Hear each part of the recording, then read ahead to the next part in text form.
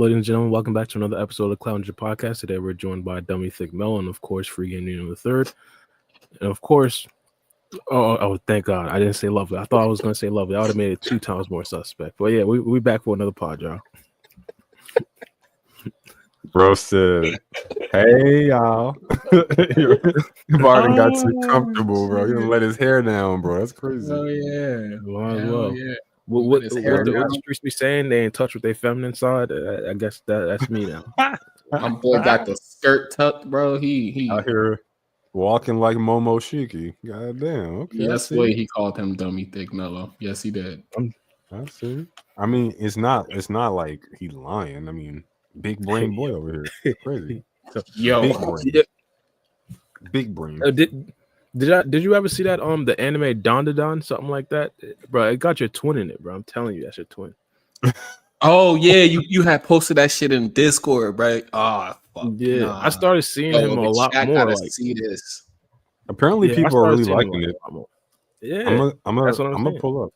What's it called? Don something like that. I don't know if it's an A or O in some of those, but it's a bunch. You already know my uncle called the wheel. I mean, let's play that wheel. You got that wheel, man? What the fuck is the wheel, like the driving wheel? The fuck you talking about, old man? Hey, so Bar, you got that picture handy? I already know, bro. Gonna call it Dan or some stupid shit. I have to pull up on that anime. And that shit is taking. It's mad far in the chat. I can't find it. Yo, because people got to see this shit and they got to let us know if there's they even got to let us know. We already know this is Mello's twin for sure. I don't know how Mello got himself put in the anime, bro. You're talking about that picture? Bro, yes. Come on, man. You can't say that's not like you as a child. I ain't gonna lie. I lost it. Yeah, I lost it. I ain't gonna lie. Fuck. Matter of fact, maybe I have it on my on my bookmarks. There's no way to fucking like just look at like if you just look up the characters. Oh, matter of fact, I got it. Yeah, I got it. I'll send it. I did bookmark it. I'm about to say I don't even know the character's name, Brody. I bookmarked the tweet. Give me a second. Yo, I didn't know that Luffy joined the Lakers for the night on the 23rd. Did y'all see that? Who? Luffy. Yeah, I put it in the put it on Discord. Nah, it was on Anime Network. Hold on, I'll pull it up real quick so y'all can see it. I think joining them losing ass Lakers. I mean, I just think it's pretty dope that they incorporated anime into the NBA. You don't really see that too much. So it says this is on the 23rd, so it's kind of outdated. It says the Los Angeles Lakers basketball team announced on Friday that it will be hosting Luffy and the Straw Hat Pirates from the massively popular anime and manga series One Piece on February 28th. Oh wait, no. So this ain't dated. What the fuck? Hold on. This was posted on the 23rd of December, and this happened on February 28th. Then makes more sense. What year? I'm guessing next year because this is from this year. So it hasn't happened. 23rd. Okay. No, it hasn't happened yet. Okay, I didn't read about it. I saw the title. See, the One Piece characters have appeared at a couple U.S. Sorry, go ahead. No, I was about to say I want to see how it happens. Like, are you just gonna have a Luffy cosplayer in a Lakers jersey actually playing in the game? Like, what is going on here? They're gonna dress up LeBron as Luffy. What's the situation? It says more details to come, so I'm waiting on it. It's probably like Bronny's probably a anime head, a fan of One Piece. And they're just doing some promotional stuff per his design. No, this big Bronny taking over like he's supposed to.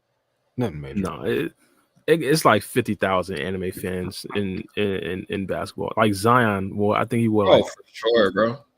Hip hop too, like you'd be surprised. Yeah, yeah, and Tory Lanez, he's a big Naruto fan too. Like, I don't know if you ever like listen to him and shit, but he'll drop Naruto references in his lyrics, like he used to at least. Bro, trying to taint Naruto, that's crazy. Naruto, he dropped some Dragon Ball references in his shit a couple times. Yeah, probably. I ain't really catch it though, but what's it called? I did have like while we started off, I did have like a cold idea or even question. Why do y'all think they didn't make code a singularity like before the the 10 tails really popped off. What do you mean? What do you Why did mean? they make them? Who are It seems they? like the singularity only happens if Kashin Koji lets you know about the future, then you become a part of the singularity. Or that Yeah, he I mean, knows- I feel like Boruto tried to do it like a bootleg version of making code a singularity. He was saying the worst possible future for all of us is going to happen if you don't kill the 10 tails.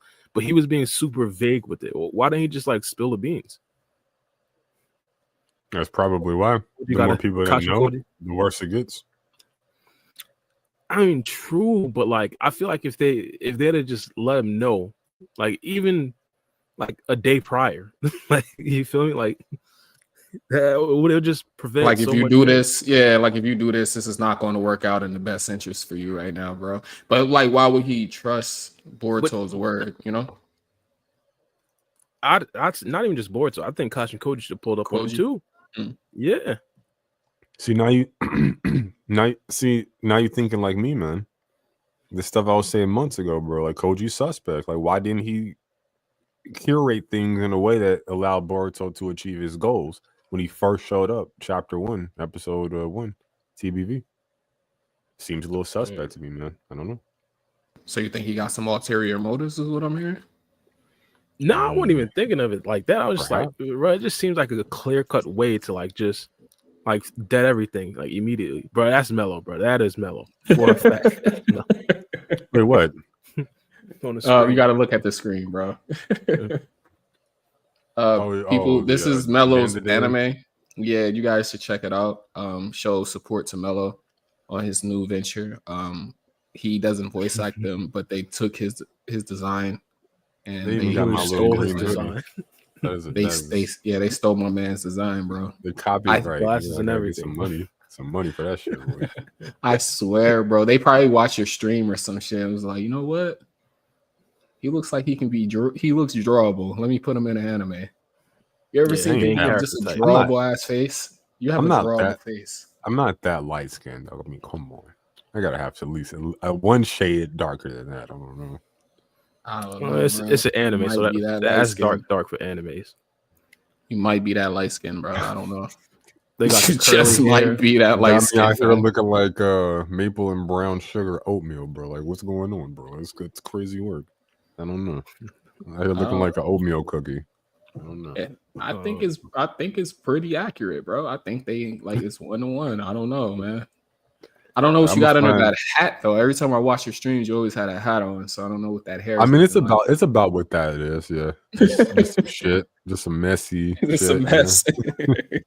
some shit. No, just That's how my just son some be shit. keeping his hair. It's funny as hell. Well, he just You know got how like women go around wearing like the Angel Mama bonnet, whatever they call it. That shit. Yeah. Because if you got the curly hair, you understand the struggle. Facts. For guys, we just wear hats. And some do just wear do-rags, but I used to just wear hats. So my hair was shorter and I had like curls. I used to just wear the little curly fro and the hat, bro. I ain't gonna lie to you. I've matured past do-rags. I'll never wear one again. Okay, it's a little kiddish to me, but no, I still wear it. It's just a hair protection. Like, yeah, it just look a little goofy to me. Like those like old heads that's trying to link like grasp onto their like prime when they were like in the early 2000s. No way. Running around their do-rags and like over baggy ass white tees and jean shorts. Nah, they have brought do-rags back though. It was a streamer that I used to watch. This dude used to have a do-rag that fucking changed colors. Like he put his green screen. I guess he just wore a green do-rag and had the green screen on it. And that shit would just like change colors. That shit was fire. What's the name of that? Like even the name do-rag sound ratchet as fuck, bro. Like a do-rag. Like what's the name of it actually? I don't even fucking know. That's what it says on is it just a do-rag? Or is bro, it like, that's what it says on the package. I don't know. Nah, it gotta be called something else. Bro, I bought them several times and it says do-rag. Some people call it a wave cap, but I don't have waves. I have long dreads. And sometimes I need to protect my hair, so I throw it on. I'm not gonna walk around with a fucking bonnet on, like what's my name? Bro, I know some dudes who walk around in Crocs and a fucking bros will be carrying, bro. And don't even go to Walmart. The types of people you're going to see, my God. It's like, bro, you could at least try, man. You Bruh, just rolled out of bed. I saw Cardi B take a picture. She was walking around in Target looking just like she rolled out of bed and just went to the store, bro. That's why I love her. I fucks with her. Bro, I shit you not, bro. It was like trying to shop for like Christmas or Thanksgiving, one of them. I can't remember. They all blend. But and this woman ass was so fat when she was running through the aisles, you could hear it clapping, bro. That's ridiculous. I don't know if she was doing the shit on purpose or if it was just like that shit was just like I was how like, could you even do that on purpose? How could I mean, I'm not a woman. I don't fucking know. But like, she was with this big ass dude too, so I wasn't really trying to stare too long. But I was like, my what, bro? He knew what was going on. I would have to. I would have just had to unholy. apologize to big dude, like, yo, No, no man. disrespect, bro. But her ass was clapping so loud, it was just like taking up all my attention. Like, Bro, I'm I telling thought you, somebody I'll was never forget. They were in the candy aisle too. I was like, damn, boy. nigga man God damn. down to the aisle? Down, crazy. down to This the is a different kind of motherfucking memory. aisle, bro. I remember because I wanted some That's Starburst jelly Well, I beans. I was- wasn't about to venture Wow. down yonder. Okay, this big swole motherfucker. I was like, no, I'm good.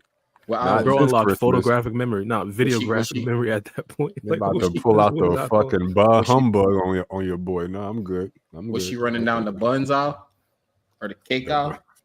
That would have been funnier, but no. Oh, wow. Nah. She ran down the bread aisle, right next to the buns. Yeah, by the cakes. I was like, oh, By the you know, cakes this makes and- sense. Hell yeah. Is she for sale? No, I'm just Hey, kidding. but before we get into like the the actual podcast, how was you guys' Christmas? It was straight. It was straight. Oh, I it didn't was really do straight? too much though, to be honest. Just It was chill. great. Yeah, Caught up with some This- Grey's Anatomy. I got a Ain't new gonna lie. phone. That's about it. I ain't seen Grey's Anatomy in a minute. Bruh, all I know is females who watch Grey's Anatomy, and I fucking hate that show.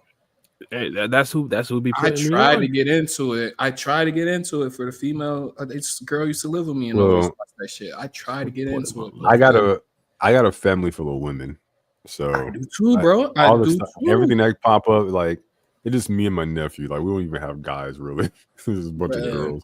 If I had a kid, I Same. already know it's gonna be a daughter, bro. It's over.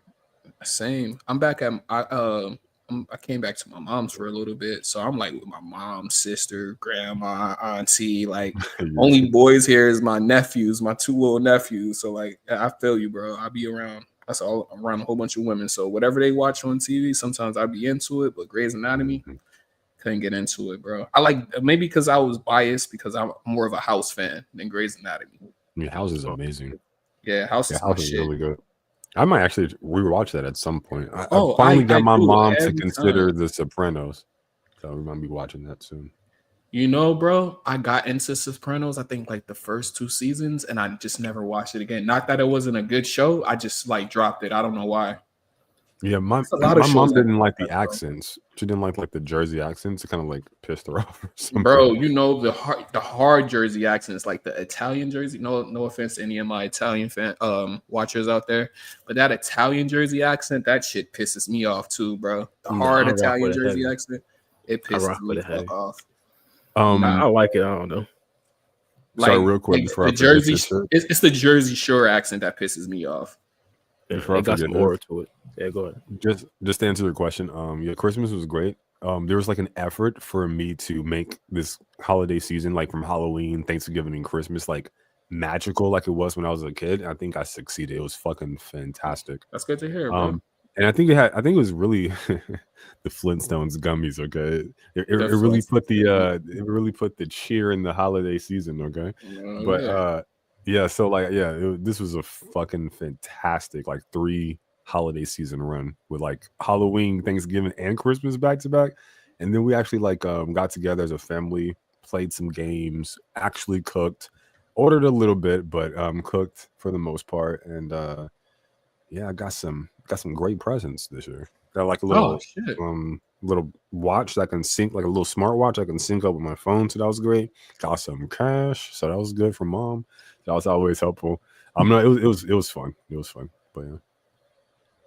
Oh, and I had Butters ID. Thank you so much for your 21-month membership. I'm so sorry, bro. I'm like fucking sauced out of my head right now. I didn't even think to look at chat. I didn't even see your membership.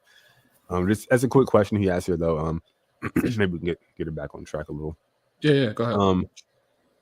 If a higher being came down and told you that the humans are the most advanced civilization in the universe, how would y'all feel?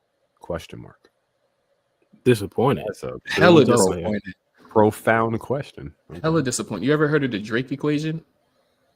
No. The like God's plan, Drake. No, I'm sorry, I'm fucking sauced, bro. not Aubrey Graham. The Drake equation is what scientists use. They pretty much just like they use the it's a fucking complicated equation, but just in layman's terms, like they use it to pretty much guess how much actual life is out there in the universe based on like universes and how many planets would govern that universe and shit like that. So it's like the great filter thing. I don't know what the great filter is. I never heard of that one. It's like at some point you're gonna get so technologically advanced that it's gonna like, bro. Wait, is it that? Well, some civilizations like kind of get filtered out. Like think of it like a bug filter, where like some bugs go through, but some like die. So some certain civilizations they can't meet their prerequisites to like tier up. To go to like a tier 2 civilization or whatever the fuck. I can't remember if like type the top 2 civilization. Yeah, that. I can't remember if like tier 1 was good or tier 1 was low. I can't fucking remember. Well, we're not even at 1, so there you go. We're at Really? like 0.4. No. I promise you, look it up. Maybe I'm thinking of something different. Nah, Yeah, I might be thinking of something the different. type civilizations, yeah, it's type 1. If we was type 1, we'd be harnessing the power of the sun by now. Like just Type like the 1? I thought type 1 was just like able to terraform and like control their environment. That's what I'm saying. Yeah. Use the power, but we don't do that all the way fully yet. Like we know how to do it, so we can potentially become a type 1. I'm thinking like the one with like the Dyson sphere. Like they put like the Dyson sphere around the sun. They can harness like the sun. Yes, like, that's what I'm saying. That's what I just said. They can harness the power of the sun. That's what. Isn't it like the most advanced civilization? No, so that's type 7 1. can harness. I think type 7 is the highest, and type 7 can harness the power of like the whole universe and shit like that, like the energy of the universe. So it's like it's levels to that shit. Oh, just so you guys, Yeah. I'm asking these questions, but like I'm all the way up, so feel free to change the subject, bro, because I'm not. No, you're good. Like I like talking about that type of stuff, bro. We watched the Y-Files. Like that's what PB covering and shit. No, I know, I love it. I just want to make sure I'm trying to keep myself I'm like in check really right interested. now. I'm really interested in that type of Okay, stuff. yeah, no. We should hop back on topic as far. Well, that was his question though, wasn't it? Like he was. Yeah. That was part of his question. But Y'all just I think freaking right. I Mhm. think freaking right. I just googled it. We are a type 0 society. It says Earth represents a type 0.7 civilization on type 1 to type 2. Oh, that's just a type 0 to type 1 scale. I want to know what's the other scales. Yeah, it goes all the way up to 7. 7 is fucking insane. I can't even tell you like fourth dimensional, maybe. I don't know. Yeah, I can't even remember what they said that they do, but yeah, they go off to the types of how you harness the energy in your surroundings and shit like that. So once you get higher up, you start harnessing the energy of the universe. I think type 1 just harnesses the energy of like the sun. Yeah, and it just keeps on going up from there as far as like the energy you can harness and you can the technology that you use. Yeah, that was a great question. That was a fun question.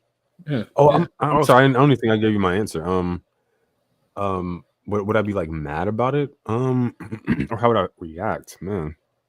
I'd be disappointed because like I've always like had a fascination with like UFOs and aliens and like advanced civilizations. Like even in like the past, like I always thought that like we aren't the most advanced civilization that ever lived on Earth. Like I think that like hundreds of thousands of years ago, like there was civilizations that were way more advanced than us, but they just got destroyed and like there's no like remnants of it because like a lot of that shit would deteriorate by the time we got to now. So like where we can like actually like get the actual hardcore evidence to use it. Like they said the only way they can see if there was advanced civilizations that far in the past, if they like went and they saw it was shit, what was it? I can't remember. Some type of fuck, I can't remember. Goddamn.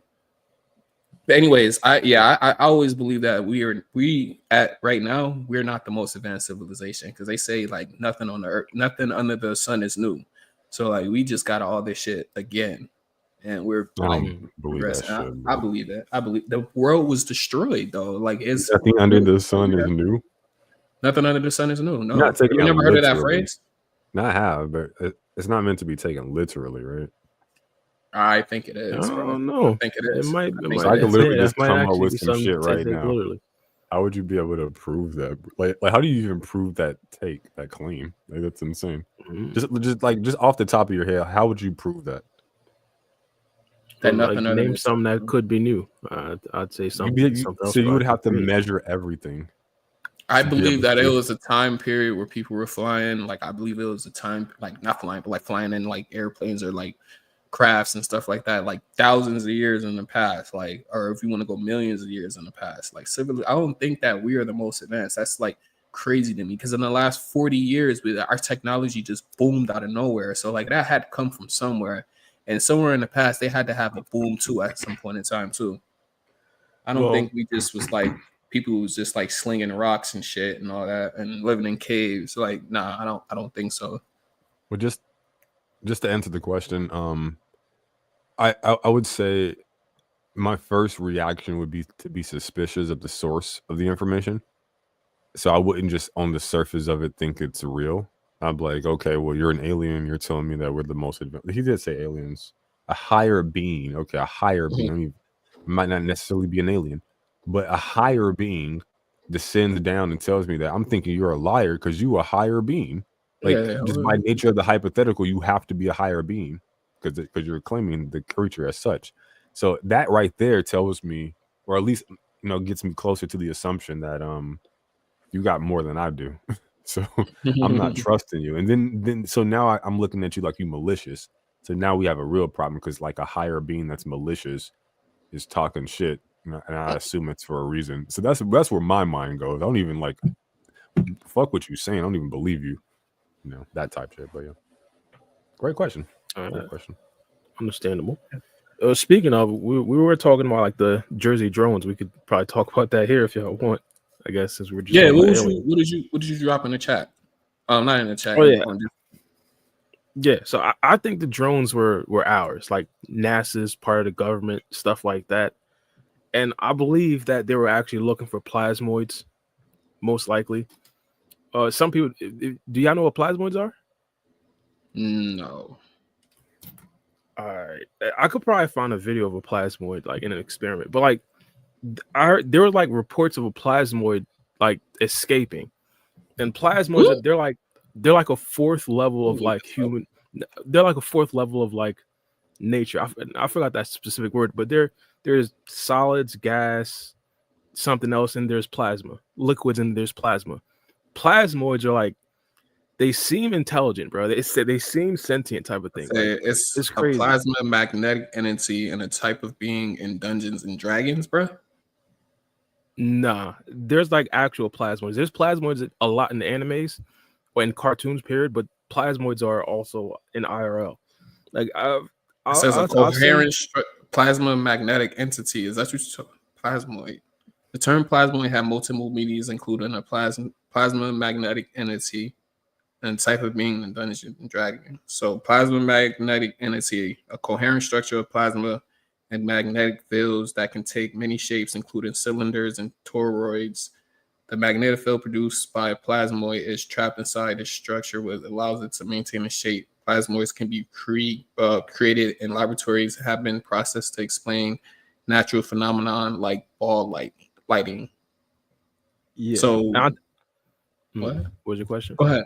Oh shit! Yeah. And it says some scientists believe plasmoids could be a fourth domain of life, independent of DNA-based biology. This idea is based on their ability to self-replicate and interact in a seemingly purposeful way. What the fuck? Yeah, it's crazy. I'm gonna send like a YouTube video to the Discord so you could. It's like a it's one in like a lab, a small little lab that they were doing an experiment on. So that's pretty much a plasmoid. I think what happened was a huge plasmoid escaped the lab, and it was just roaming around. And honestly, I think a lot of the UFO sightings that we have seen in the past were probably plasmoids. Like the things that I don't know if you heard about UFOs that are going like full speed in one direction, and then like on like a drop of a dime, go full speed in another direction, goes faster than any single aircraft that we have, stuff like that. I think like those are I think that's a plasmoid. Like they define they don't like they don't abide to the laws of physics in our universe and shit like that. Yeah, they can go through solids. Like if you're in an airplane, they can go through it. There's been some reports of plasmoids actually messing with like spaceships and airplanes, like just in the sky. And so again, it looks is what we're looking at right here. Yeah, that's a plasmoid right there. And again, I believe they're alive as well. Like not necessarily like alive, but like they could. What I read, they just don't have a DNA. They'll have DNA. Yeah, they can like they have. It's like a mind of its own type of thing. Right. Yeah, because it said it can react in a purposeful way. I think that's what it said. Yeah, this is like on a tiny scale. Interact in the it says it can self-replicate and interact in a seemingly purposeful way. I don't know why I couldn't say that. Yeah, that's crazy. So you think the drones was not? But when I saw videos, it looked like it was actual. Like, so you think they're taking on the characteristics of a drone? Nah, I think the drones were us. We were probably looking for the plasmoids. There's another thing that was going around, but this right here was like on such a lower level. So, I mean, such a lower level. It was called orbs. Like orbs were trending. Everybody was talking about seeing orbs in the sky.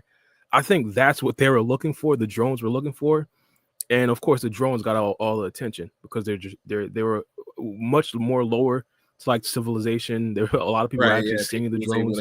Right.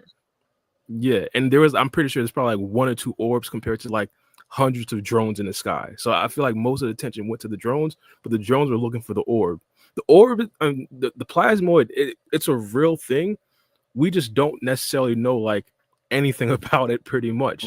And also it's confirmed that scientists are actually experimenting on plasmoids because they believe if we actually harness the power of a plasmoid, it could potentially like power damn near all of society. Like without natural gases, without natural stuff like that, we can pretty much power everything because they're so powerful.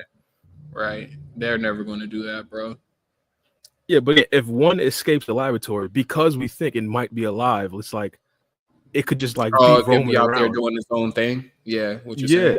And and it's super powerful as well. All it does is like store energy. I know about. But do you think that it can release like EMPs and stuff like that? Because it's been like it's been reports of like those drones and shit like knocking out other people's drones and shit when they try to go fly next to them. To be honest, I think that's like a safety thing for the plasmoid. Like I feel like if they didn't have that EMP feature on the drones, the plasmoid would just like knock the drones out of the sky. Like I believe that specific feature is so they're protected from the plasmoid's energy. But to be honest, I think we already seen pictures of like a drone crashing when it approached one of the orbs. So it didn't even really work like that. That's what I think they probably already caught it. Yeah, I think they probably already caught it. We haven't heard anything about it because it's like a top secret thing. But yeah, because we haven't really been seeing the drones too much. And the reason why I know about this is because when I debated in high school, like we had this prompt. I hate the second prompt, but the first prompt I had was on nuclear fusion. They were saying that this thing could potentially like power the entire world, and we won't really need natural gases. Hold on. Was Karama your professor? Nah, nah. But it was pretty. It did go into a lot of sciences though. It did go into a lot of science. But this was just like the debate prompt. Like for example, like the whole entire year, like probably like once a month we had like debate tournaments, and it was always this one prompt: are you for or against nuclear fusion? And plasmoid is kind of like facilitates nuclear fusion in a way. Right. So are you for? So that's how I know about it. Yeah. You are against it, or no? I said, are you for? Oh no, I'd be for it. I'd be for it. Yeah, I'd be for it. I thought you were just saying what I said in the question. But yeah, I'd be for it. I'd be for it. But I think that's what it is, though. I think the drones were looking for the plasmoid that escaped, and I had like the articles a couple weeks ago. We were supposed to do a pod about it, but yeah, I had the articles, but I forgot. Man, you gotta start getting that shit together and just having it in a PDF, not a PDF file, on Excel file, bro. You just have it saved up. So when you do the pod, you just have all that shit pulled up, or a OneNote. Oh no, you on a MacBook. My bad. You probably don't got OneNote. But Probably put in notes or something. so we should get into the CMP Tybw Vortex 2024 awards. So we could. this is Mello back? I didn't even know Mark Mello left. Yeah, I'm here. He left like 8 minutes. Oh, okay, for sure. Yeah, so Bar, this is pretty much your idea though. So how was you trying to structure this? Yeah, usually I pretty much do like awards at the end of the year. Sometimes I do it on my main channel. Sometimes we do it here. I think we did it here like last year. And to be honest, earlier this year, I believe Adono asked us who was our MVP of the year, but we got more stuff. So we can pretty much talk about that. So yeah, in my categories that I did have, I had MVP, so most valuable player. Is pretty much like the best character of the year or most impactful character of the year, whichever way you guys want to name it. Also, rookie of the year, which would be the best character that was introduced this year. So it'd be like just off 2024 introductions, who was the best character that was actually introduced. Also, most improved character. I think that right there is pretty much self-explanatory. The person who actually improved the most this year. And I did add just for this year, I guess, chapter of the year, since it's like specifically manga only now. Okay. All right. Yeah, let's do it. Can we add one? Mm-hmm. I want to add the biggest fall off of the year. Okay. Yeah, we can do that for sure. Yeah, I think we're all going to have the same answer, but yeah. I don't know. We might not. Let's just see. Let's see. Mm-hmm. All right. So what topic we starting with first? MVP, or you want to start off with the biggest fall off? We can start with MVP. Since we kind of already did it before.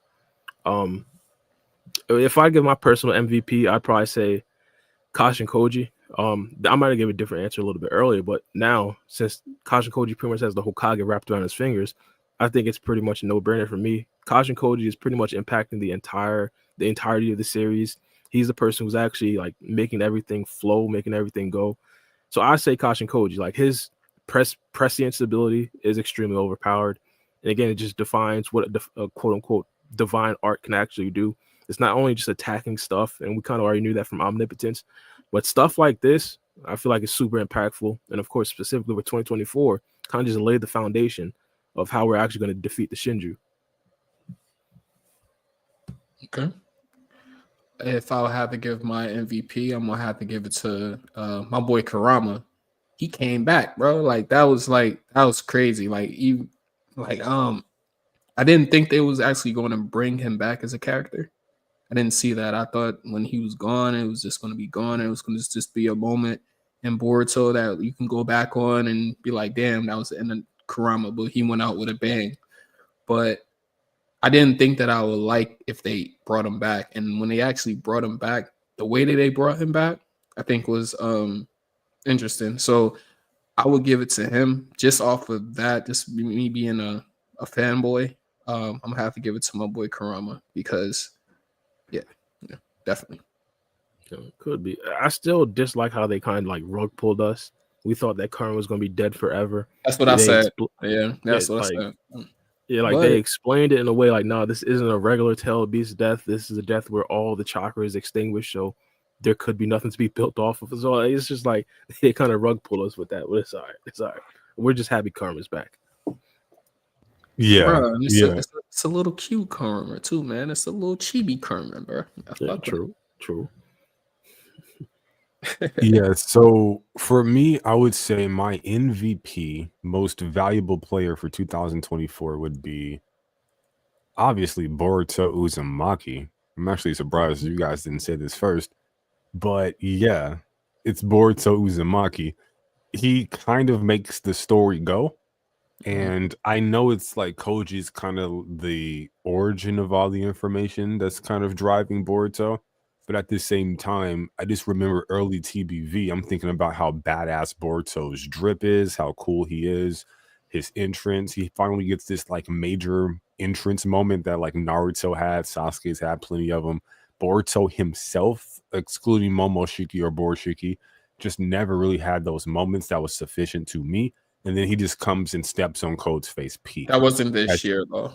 That wasn't 2024. Well, I thought he said 23, 24. Oh, I thought it was just 2024. 2023 No, too. it was 2024, but pretty much. I mean, but that's still facts though. I mean, Boruto had a great run in 2024 too, so that wouldn't necessarily be like how many terrible chapters was 2023? I believe since chapter 6 it was. Chapter 6? Oh, 'Cause okay, we're I on- see what you're saying. like it ended off on chapter 6 for 2023 is what you're saying. Yeah. Okay, Well, yeah, chapter no, 6 that's is fine. like the first chapter of 2024. I should say it like that. Okay. And chapter 6 would be what, the Mitsuki stuff? Yeah, Boruto versus Mitsuki. Okay. Well, my answer still doesn't change because regardless of Yeah. if it was like the first 6 chapters or the 7, 8, 9 that followed, bro was absolutely spectacular and peak. And this was even better because we get introduced to Flying Raijin shenanigans, which I think a lot of people wanted that to be prominently featured coming off the Minato one shot. And of course, he's mentioned in the series as well. And just everything about the guy I mentioned prior still stands at this particular junction in the series, chapter 6 and above. Yeah, absolutely peak. Fantastic drip, everything, blah, blah, blah, right? The guy shows up, it gets your interest in the series. He's still driving everything in a meaningful way. He still has some of the most marquee matches. So everything's trending Boruto. Koji kind of comes in later, so it's kind of like, hey, you were dominant one half of the NBA season, but you kind of got injured. You were out the other half. Do I give you an MVP? I'm not so sure about that. Boruto was kind of like here from the beginning of the year and was cooking throughout consistently. So that's kind of why I would eliminate Koji from that. And the same thing kind of stands for Kurama as well. He wasn't really cooking the whole year. It was more so, I think, Boruto, just depending on where the year started. Yeah, he was only more impactful in like 2 chapters, I believe. Just helping helping Himawari out with learning how to manifest her powers. And something like that reminds me of like Lynn Sanity from the NBA. Again, another sports reference, but I think it's applicable. So where bro was cooking for a little bit, but I wouldn't have given him the MVP for having a good month. So it's kind of like the same thing with Kurama for me. So yeah, I'll definitely give it to Boruto personally. But yeah. Hey, I don't take that away from you. He was stepping on everybody, the whole every chapter until Jura sniped him. So one L out of I mean, if you go like 10 and 1, that's cool. That's cool with me. Yeah, that's cool. The Boruto thing, to be honest, and Karma too, they aren't too bad suggestions. I think Boruto will be a little bit more apt because like he's so closely connected to Kashin Koji and most of the things that he actually wants to like dole out. Boruto as a person who is actually facilitating it. Like at this particular moment, like I feel like only like 3 people in the Boruto verse even knows Kashin Koji exists. So the face guy is Boruto. So yeah, I could see that.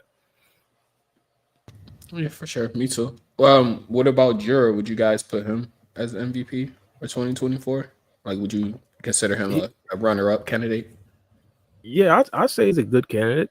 I'd say he's a decent candidate. To be honest, most of the problems we have now is kind of because of Jura, like on a villain standpoint. Well, you could technically say Code, but like Jura is the person who actually told everybody that you need to actually devour everyone. Like, remember when they first awoke and they didn't know what they were supposed to do. They didn't necessarily have like a rule book. All they really knew was like they knew of people that actually had some feelings towards them. And of course, Jura just directed everybody, said, all right, the person that you're having feelings towards, you have to go, what was it? I forgot the actual word, consume them or something like that. It's like he's the person who actually did tell him like to be villains. So yeah, for sure. Like I think he's definitely up there as well. I mean, just the swagger, just being in the bookstore and like, just his whole personality and how he is different from pretty much any villain that they introduced in the series prior. Like, I don't know. I like it. No, I can see it. I can see that as well. What's the next candidate? Oh, the next category. That's what it was. What's the next category we got? Next category we got is the biggest fall off for 2024. All right. Okay. If I give like my opinion on the biggest fall off, it'd have to be Code. Coming to TVV, we thought that Code would probably be like the main villain, and not necessarily of the entirety of the series, but especially early on. We thought that he'd probably be one of the strongest characters. We thought that he'd probably be like, he'd probably like actually get stronger over the time skip.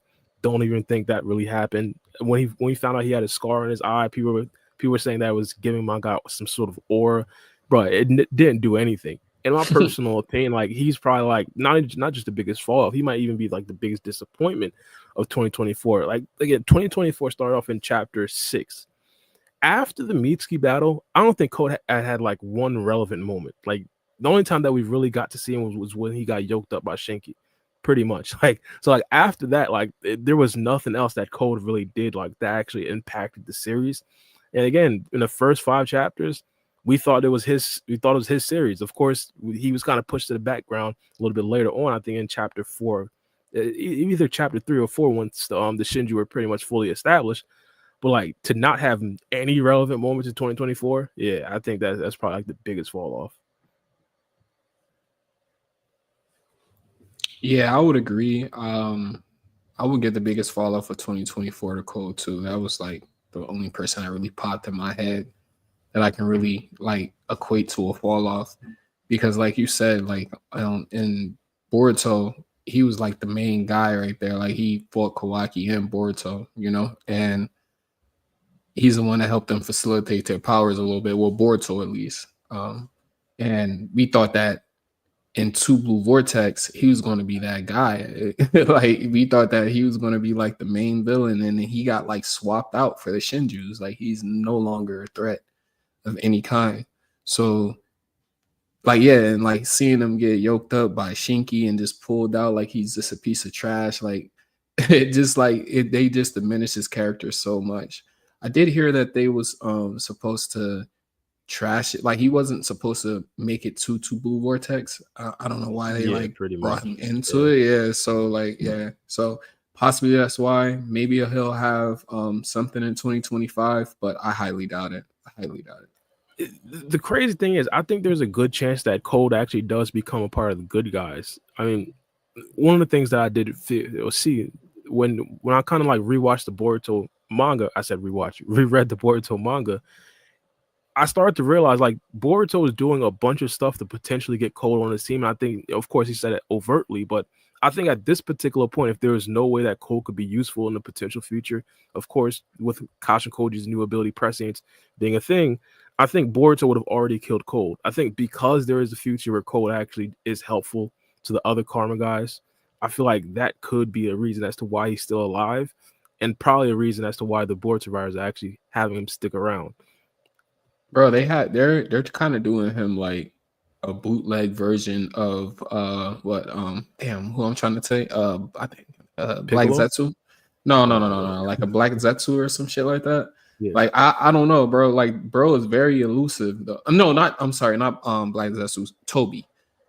They're making him like a bootleg version of Toby. Like he's a super elusive. He gets away from everything. Like I think he's going to get away from that. Like that dimension that the Shinju are in. I don't think he's going to be there for too long, even though they yoked him up. No, yeah, I'm pretty sure he's able to like do one of the claw marks things to a different place. But it's just that I feel like eventually, like because like they just left him alone, I think there's a reason for that. I feel like if there wasn't a reason, he'd have probably been dead. Like even before he even like attacked the Hidden Leaf Fields, because Boruto already surpassed him, and he already understood that Code was like the one threat to the Hidden Leaf Village and also the one threat to him. I think he'd probably already packed them up, but because there's the possibility that he helps him, I think he just leaves him alone. Yeah, well, I think that he thought that he was like the biggest threat to the Leaf, not even just because like of his power, but just what Kashin Koji had told him at the time, like what he was going to create was going to eventually turn into something that we don't want to deal with at this time. They were trying to avoid that. Yeah, true. What you think, Mello? Yeah, just for the biggest fall offs for 2024, my answer would obviously be like Free Game said Code, right? I wasn't like on Mars. Okay, I was just making it. I was like, is this brother, did he really say Code? Okay. Definitely said Code. Okay. So it's 2 codes. Okay. So yeah, it's obviously Kawaki. Like it's crazy that we even mentioned somebody other than Kawaki. Look, the prior year was like what, chapter 6 plus, like before prior.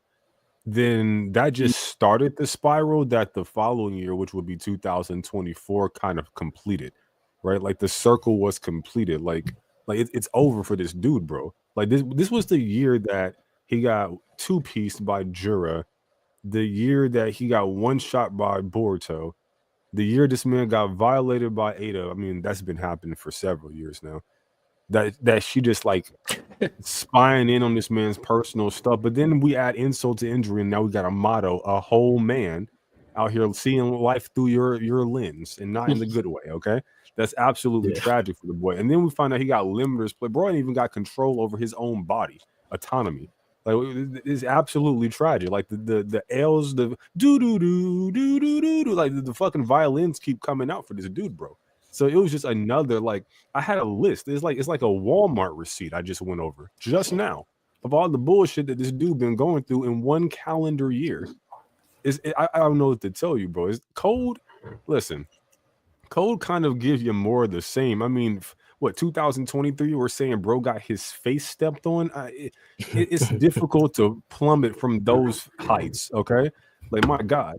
So then he shows up here and then he doesn't really do much. That's a W for a person who takes so many L's, okay, in my book. And then when he does finally show up, yeah, he gets disarmed, all the puns intended. And yeah, he gets yoked up, choked up, messed up. But at least he gets back on track. He's tasked with the mission. We know what his like short-term goals are because his long-term goals are way too fucking grandiose because we already know that shit ain't happening because, you know, main characters tend to win in these stories. So we already know he's like, but at least if he got some short-term goals, there's a possibility he can capture a few dubs. This puts him back on track this year, I think. So yeah, I don't know. It has to be Kawaki, bro. No, I doubt it. I mean, the thing about Kawaki is he actually had some decent moments this year. Like he killed Hidari. He actually also you just answered my question, bro. You helped me. You said he had some decent moments. This is the one dude. Yeah. He only got decent moments in a year. Yeah, I mean, decent moments. Like Code has zero moments. Like that was the point that I was making with Code. Like the only moment that we really seen him was that he got yoked up by Ryu. Pretty much that was it. Like Kawaki actually had some kills under his belt, or bro, they got you settling for decent, man. Don't you see what they've done to you, brother? I'm not settling for decent. The question was, who is the biggest out of it, man? I'd snap you out of it. Well, again, I've said this from day one. Kawaki's character has been disappointing, but was he the biggest fall off of 2024? No, absolutely not. That's been Code. Yes. Code had zero moments. Code has zero moments. No, nobody give a fuck about Code, Bar. We care about Kawaki. We care about this young man. He got a bright future, and they just keep shitting on the boy. We're like, why? They're like, we don't know either. And not only that, towards the end of the year, he actually has a stated power up that he's going to get. We still don't have any clue what Code is about to do. Like I think Code is about to be left in the dark. Ain't talking about what he going. Kawaki was already strong in Code. Now it's about to be curtains. So like, oh man, Derrick Rose is gonna win a championship.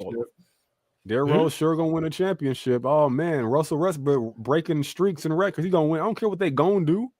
They ain't no guarantee. I'm talking about what he did do. Bro guaranteed a power up in 2024. He can't even get that. We can't. All we got is like crumbs of what he might get next year. Damn. But it's already confirmed that he has a power up. That's all I'm saying. It's confirmed that he has a power up. He's killed people already. He confronted Hidari, kicked him to like 20 feet in the air. Like Kawaki had presentable moments. Code had zero moments. Who did he kill? Code had none. Who did Kawaki kill? Hidari. He said Hidari. I just saw that brother slow walking with the other Shinju a few chapters ago. How you kill him? He's the person who actually got the the soul bulb. It's not his fault that they couldn't retrieve it. Like that's on Boruto. All due respect. Bro came in and tried to clean up after a man and did all the work, and he trying to clean up. He did. No, bro didn't even sweep the debris in a pile. Bro just came and swept the pile. That's how bad it is, bro. Now we changing it. Now Street's trying to change the subject. Sweeping. Now you gonna come up here and sweep the pile like you didn't did this work. No, bro. Boruto was literally begging. He's like, bro, how are we about to defeat him? My Uzuhiko isn't at full power. Hidari was bellowing through to one of the claw marks. He was literally about to escape and rejuvenate. Without Kawaki, he'd have probably packed them all up right then and there. Like, let's keep. Yeah, but it's not like some impressive feat, bro. Like shit, I could have stumbled across that place at the right time, right moment, and slipped on that motherfucker and killed him. Like the bro was on his last leg. He shrunk the claw. He shrunk the claw mark so Hidari couldn't escape. Without that, Come he'd have been on, bro. full power. Like there would be no thorn. Are you just balls to making take. my point? Is this really the moment we're gonna hang our hat on for an entire year for your 1B? The first Sasuke thorn would bulb never. appearance? Absolutely, I'll do that. Sasuke would Absolutely. never, But Sasuke again, the question wasn't who has been disappointing. It's the biggest disappointment. Kawaki had moments. Code had 0 moments. Bro, what was Sasuke doing 17 chapters into Shippuden? Does anybody know? Probably some saucy shit, right? I don't know, but I gather to wager it was some saucy ass, cold ass shit. So now we come Was he to in the argue first on the biggest 17 characters of all chapters? time. So now, I mean, now if he's not up to the standard of one of the greatest characters of all time, it's the biggest fall off of all time. Kawaki was on that trajectory. That's why his fall off makes him the best MVP for being the most fall off person of 2024. Because we had those high expectations, bro. It's like LeBron never winning a ring. It's like, bro, what's happened to you? You could have said that about the last 50 chapters of Naruto. Probably like before he got that power. But you could have said that about Sasuke as well. Like, what are we talking about here? The Sasuke lived up to everything. What are you talking about? Yeah, because he had time to actually prove it. Kawaki hasn't had time to prove it. Kawaki still is in the series, still grinding, still getting power ups. And the best thing his number one fanboy can say is he had decent moments, bro. That's crazy. I feel like the year Kawaki just put up is better than the last year of Sasuke and Naruto Part 1. I'll say that point blank. Kawaki put up greater numbers than Sasuke did. You mean the Sasuke retrieval year of Naruto? Before the power, before he beat Naruto and went all crazy and got the wings. I'm talking about like that last year when he was pretty much saying Naruto has surpassed me. What shall I do? And he was catching L after L after all L. Of Part 1 take place in a year? Didn't all of Part 1 take place within a calendar year or so? No, they had a weekly manga back then. No, I mean like within the verse. Like it was like because Naruto came back after a 2-year time skip. He was like 15 or 16, right? So he was 12 at the start. So it had to be like 13 at the end or going on 14, maybe something like that. My point is, you're saying like the last year of Sasuke. I'm talking about out of season, not in season. The last 50 chapters or that 50 chapter gap between when Sasuke was like pretty much crying and everything like that, right before he got the power up. That last 50 chapters, which would be like a year of content for the Boruto manga, or for the Naruto manga, like Sasuke was trashed. Kawaki put up a better year this year than that year. What does that even mean? Are you talking about when he was in the coma from Itachi? He wasn't in no coma from Itachi, like for 50 chapters. What are we talking about? Even that would be another L. I'm trying to figure out what specific version of Sasuke are you even talking about? Part 1 Sasuke at the end of the chapter, right before his power up, and he beat Naruto. So the one that was in the barrel that was getting carried and shit. Yeah, that version of Sasuke. So why are you picking that version of Sasuke and not? Like, why are you picking that one in particular? I'm just out of curiosity. Because y'all told me that Sasuke never had a year like that. I'm pointing out the year that Sasuke had like that. A year where he just takes L's after L's like Kawaki? Okay, so when is that year beginning? I don't even think it's like Kawaki. I think it's worse than Kawaki. He never beat a Shinju. He never got a Thorn Soul. When does that year end? When does it begin and when does it end? You want me to actually go back and look at the numbers? I mean, you sound pretty definitive before about like when this was happening. No, I'm absolutely definitive, but I don't have the definitive chapter numbers on my head right now. I'll look it up though.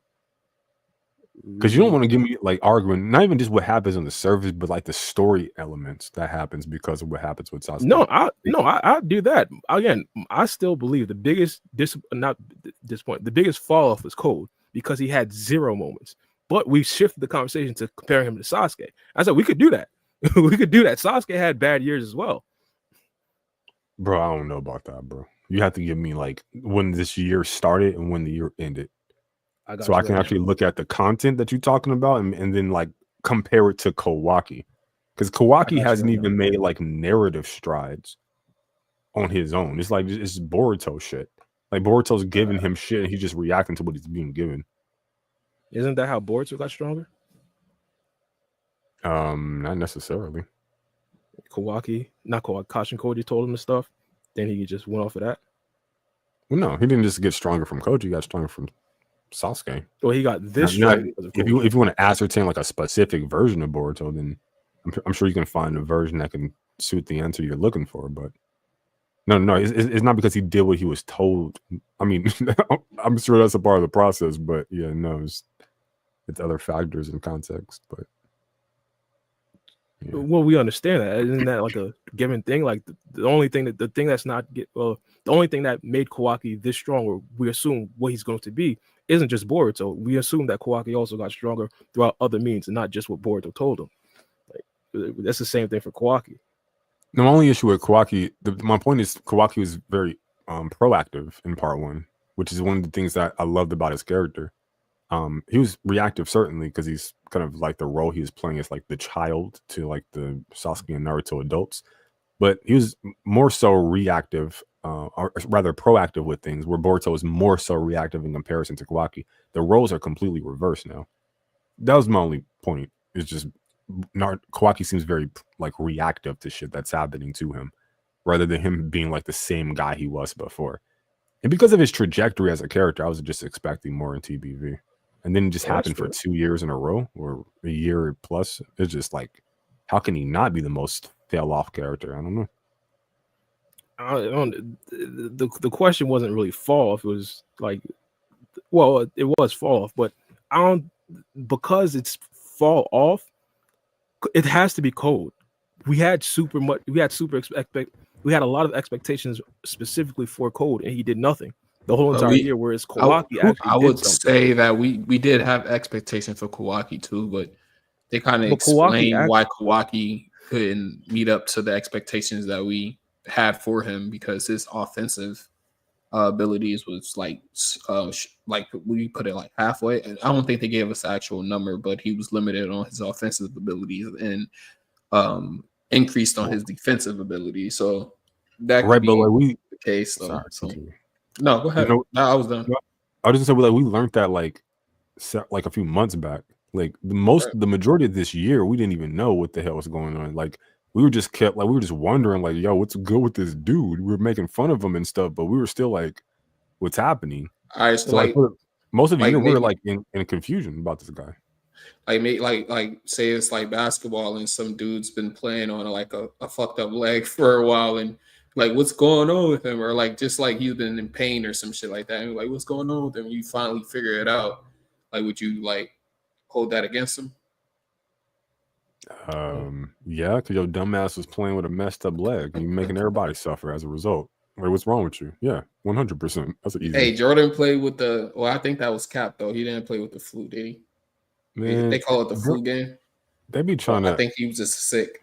Them fucking boomers always trying to gas Jordan. They'll make up any. Oh, why? Back in my day, I trekked 1,000 miles in the cold with no shoes. That type shit. Yeah, they probably did though. I believe my grandpa when he say some shit like that. Honestly, I'm sure he could have found a more efficient way to get from point A to point B besides trekking 1,000 miles in your bare ass feet. But Oh, 1,000 is a stretch. Like some crazy shit, like 30 miles in the fucking winter.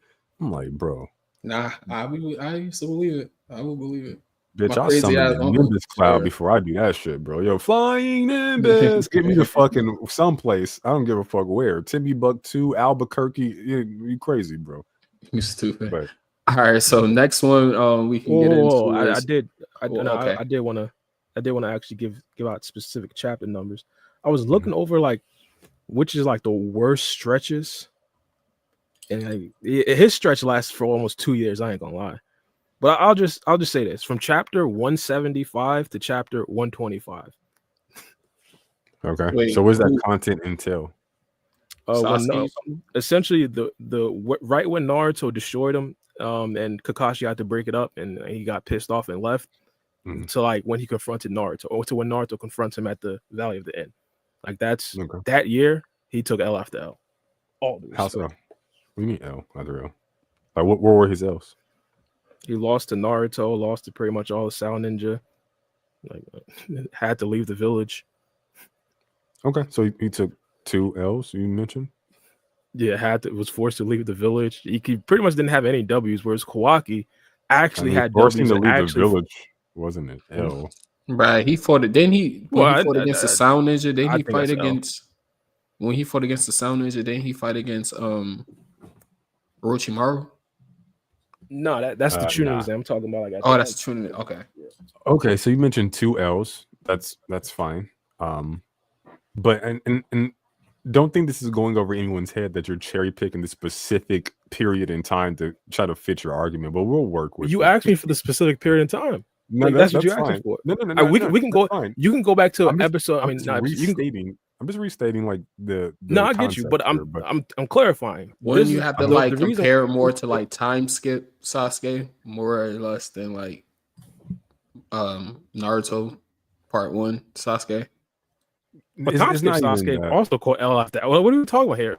The Killer Bee fight, the 5 Kage summon, like he had bad. Oh, that was way later on. No, that was way Bar's later trying on. to get it dub right by trying to like bring out some like worthless I statistic, like the first guy to score 15 points, 15 rebounds, and 32 assists. Like, okay, No, I buddy. already got the W because y'all stopped arguing the code point. I feel like y'all don't understand. I already won with the code, so y'all shifted to Sasuke. Now No, now we're just. I ain't comparing never Kawaki to shifted to Sasuke. You shifted it to Sasuke. Wait, number one, No, there's no you y'all, agree with it's me. just me, because Free Game agrees we were with never you. arguing. I'm talking about Mello. I said Cole was the biggest. Yeah, we biggest agree. follow. So we agree on Don't that. put So him I'm under saying the bus. Mello shifted to Sasuke because he can't argue on the code point. But it's cool. I'm picking out specific times, specific years where he was trash. You know me not to like Mello can't. That's an interesting sentence that you spoke after knowing me for 3 years. So let's go to the code part. What about that do you think I can't argue? Sorry? That he wasn't the biggest fall off of 2024.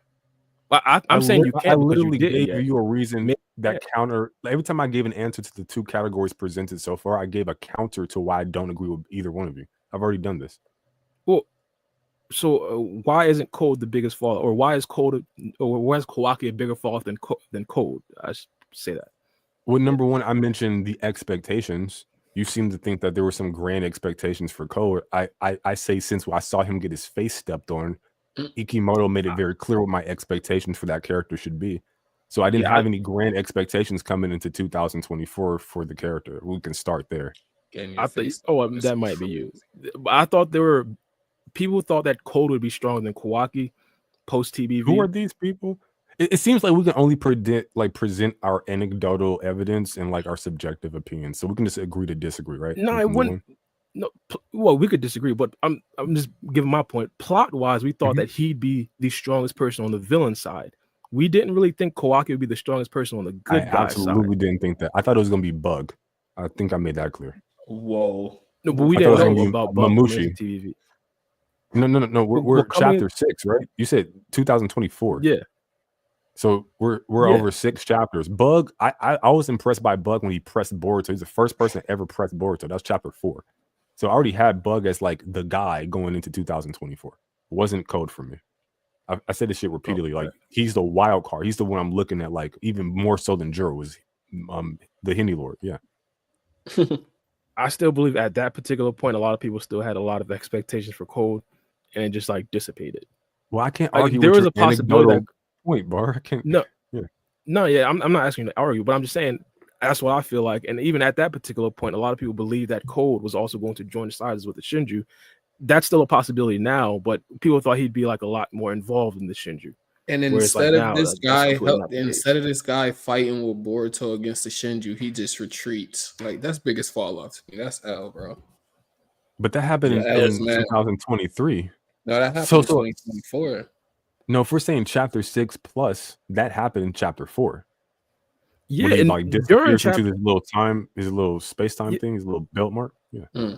Yeah, during chapter 4, it seemed like a much more collaborative effort. Like Code literally said, like, I don't even have to do anything. I just have to wait till these guys actually catch Boruto.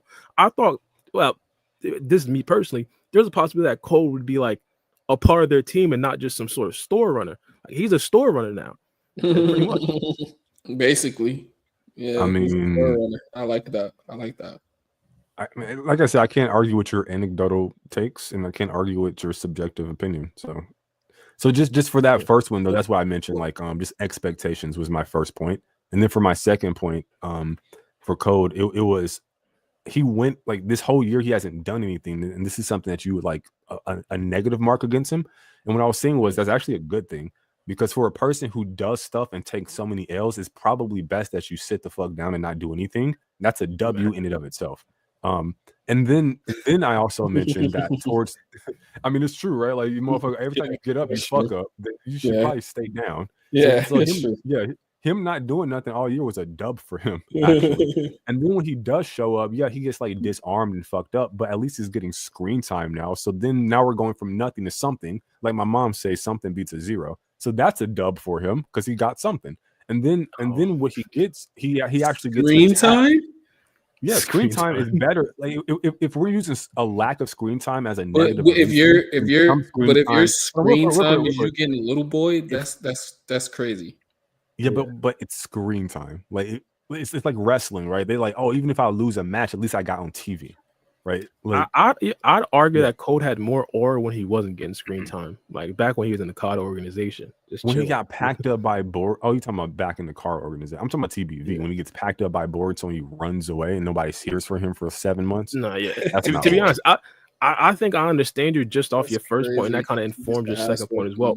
We just had different expectations for the character. Like we just had completely different expectations. That's why everybody had their own opinions about biggest fall off. I don't think we were supposed to agree.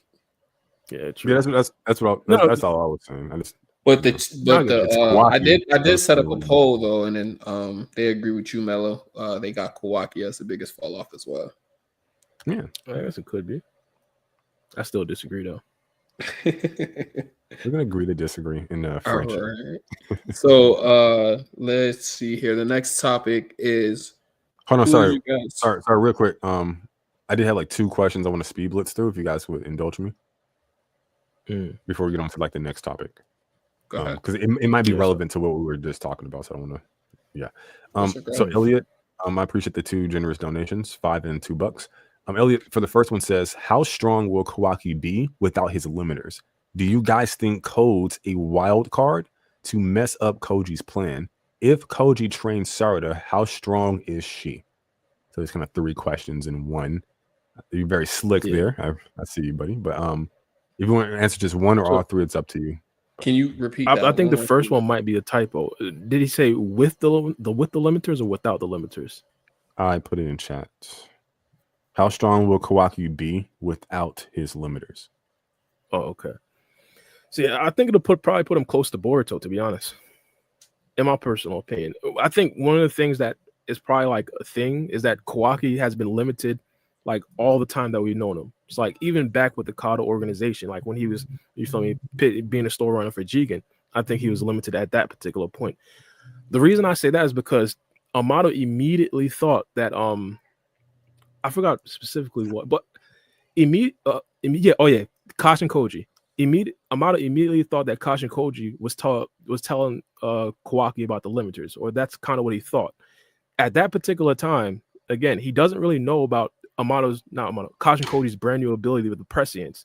So he believes like the only reason that Kashin Koji would know about his limiters is because he put it on while Kashin Koji did actually see it. And the only time that Kashin Koji and Amato were pretty much collaborating was back during the Kado organization.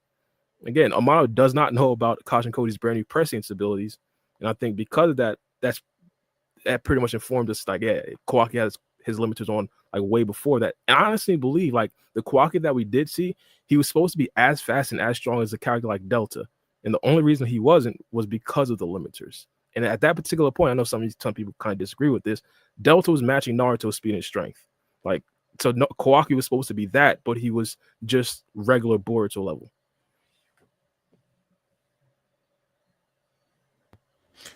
I would say I would give him like, if he didn't have his limiters, I'm just gonna dumb high scale him. I'm gonna put him on the Shiki level. I think he should have been on that level. Even with the fight with Code, I think you said that bar. Excuse me. Even with the fight with Code, in Boruto Part 2 during the Code arc when he unlocked his Karma again, I think he had the limiters on him at that point as well. That would make sense, right? Like that he would put the limiters on him when he gave him the Karma Seal. I think we would all agree on that. So I think he should have had Sorry, I like would Shiki's full power. disagree. What? I know. Oh, I'm sorry. I just said I disagree, but please continue. you would disagree that he put the limiters on him when he inserted the karma seal back onto him? Yeah, like Yeah, I like that disagree with karma, like that karma when he first activated it again for Mhm. the first time to save Yeah. Naruto. Yeah. Nah, because I think the point is to entice Kawaki with power. So why would you limit the output of what he would be getting? But You would want Kawaki had to. no idea this whole time that he was limited on his power, so I don't think that he would even know. Know what I'm saying? He didn't even know he had karma anymore. Yeah, Like well, all I of that was know. his fault. I know what you're saying, but I'm saying though, like he even like in that aspect, he still when he unlocked the power, when he unlocked the power and he used it, he wouldn't have had no idea that the power was limited. He never used that dojutsu. Like he was using things that he never used before. So I don't think he would have had no idea that he was limited on the power that he was outputting. I mean, it's entirely possible, but just from like a narrative standpoint, is my kind of position is that like the character Amato, if he's trying to entice you with power, it doesn't make sense for me to limit the power I'm giving you to use But to if I'm entice you. giving you a power boost, though, like a substantial power boost, you don't know that's not the highest levels that you can reach, and it's still an enticing thing, though. Like I'm gonna give you your karma seal back plus like all of Ishiki's powers, but you don't know that you are not using Ishiki's full powers. Well, two things to that. I can't like argue from the position of like a guy that's in the heads of these fictional characters. So like I Mhm. don't know what is actually going to be alluring or enticing to Kawaki. So it could be that I excuse me, still getting over a cold. It could be that me just giving you more than you have now is enough, or me giving you or showing you what the levels are to what I can give you, like the very peak, and not limiting you. And then plus, you can argue a utility point purpose of the karma. I need to deal with a specific threat, which is likely to be like code, which we kind of can scale via Koji in hindsight.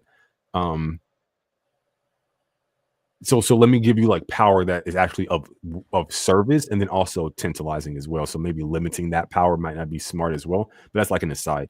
But yeah, that's just really my point is that I don't know what is enticing to a fictional character, and I'll never know. So I Right.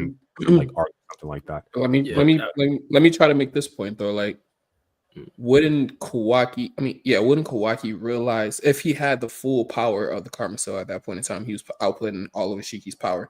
Wouldn't he notice at some point in time that he's like not like he's not outputting the same type of power he was outputting at the beginning? Well, there's context differences. Just going off the visual aesthetic of what he was outputting prior to, or rather what he was doing prior versus what he was doing in that instance. He had like a whole horn that he didn't have before, and just that context change and like what we know what that horn indicates based upon like past stuff and what we will learn later.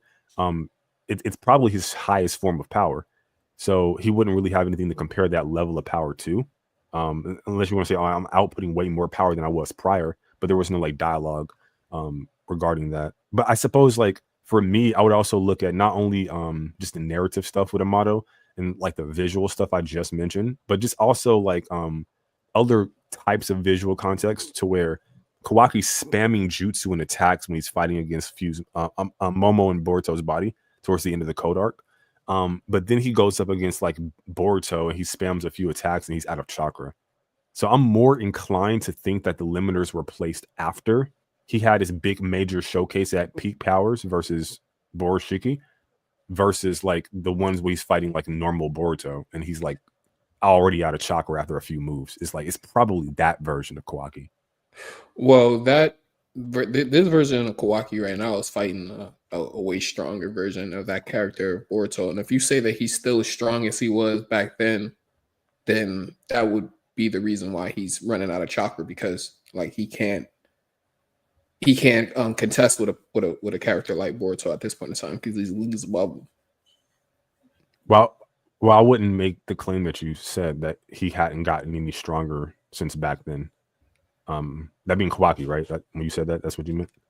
Yeah, because if you put limiters on him later on, that would mean he'll be weaker than what he was back then, correct? What do you mean by back then? Are you talking about like Back when part he one? first unleashed the Karmasil, yeah. Oh, not necessarily. It just depends on the percentages that you're limited, which we'll never know. Right. But that's not inherently true, what you said. Yeah. You were saying, bro? My bad. Oh, I was just saying that I don't think his limiters will be removed because Kashin Koji, or at that particular point, I don't think his limiters were put on Kawaki because the only reason Amato knows that, or the thing that Amato thought was that Kashin Koji told Boruto about the limiters and Boruto told Kawaki, and Amato doesn't know about prescience. So the limiters would have to be on while they were still working together at the Kado organization. Wait, That's like what? the only way. Hold on. Say that again. Amato does not know about Kashin Koji's abilities to see all possible futures. We understand that, right? Once Amato, looking through the eyes of Kawaki, saw Boruto give Kawaki the intel about the limiters, he believed to himself that the only way that Boruto would have known that, and he also seen the toad as well, the only way that Boruto would have been able to relay that information to Kawaki was if Kashin Koji gave Boruto that information. And again, because Amato doesn't know about prescience, the only way that Kashin Koji could have had that information was if he knew about it back when they were all at the Kado organization under Jigen.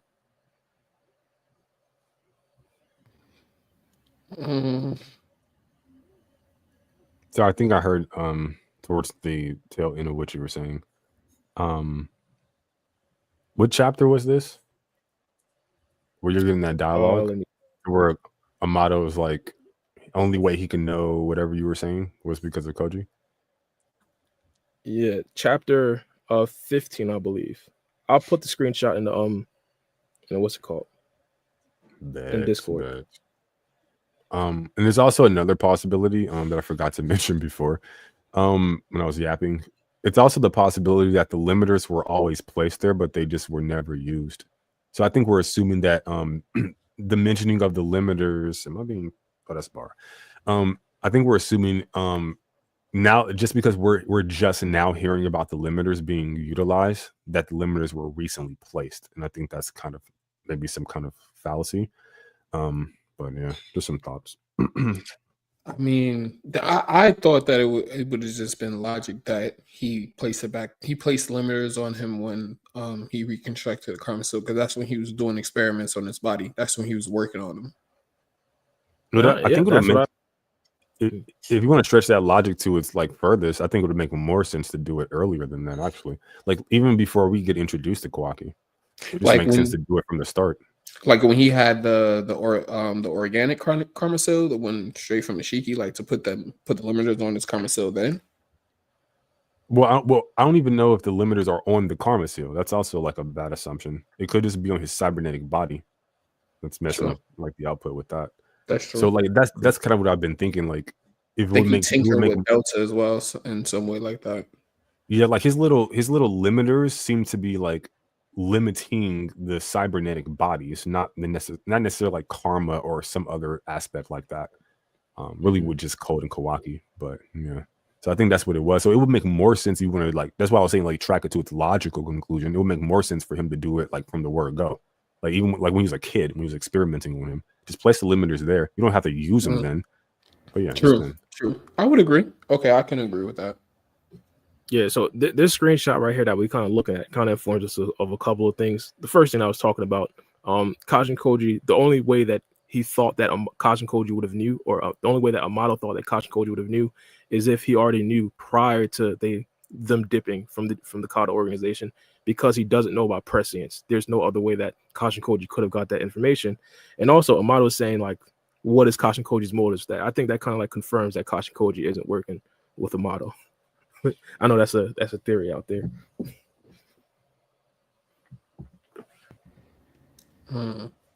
Sorry, I have like some family. So I have family cooking up something in the kitchen, so I'm trying to mute for a second. I don't know if you guys can hear that background, but yeah. Yeah, it's straight. Yeah. He also said it's hard to believe Koji is alive, though. Yeah, true. I think if you're in Amato's shoes, I think you'd probably think that as well. But the reason why he believes that Kashin Koji is actually alive is because he saw the toads. In the top left, it's pretty much like Kawaki I holding saw a that. toad. That Yeah. toad minion, yeah. All right. And what was the next question, Mello? My bad. I think it was like, there was. Do you guys think Code is a wild card to mess up Koji's plan? Are we doing all three of his questions in that one? Because he had another We one. could. Maybe, I guess we could do one.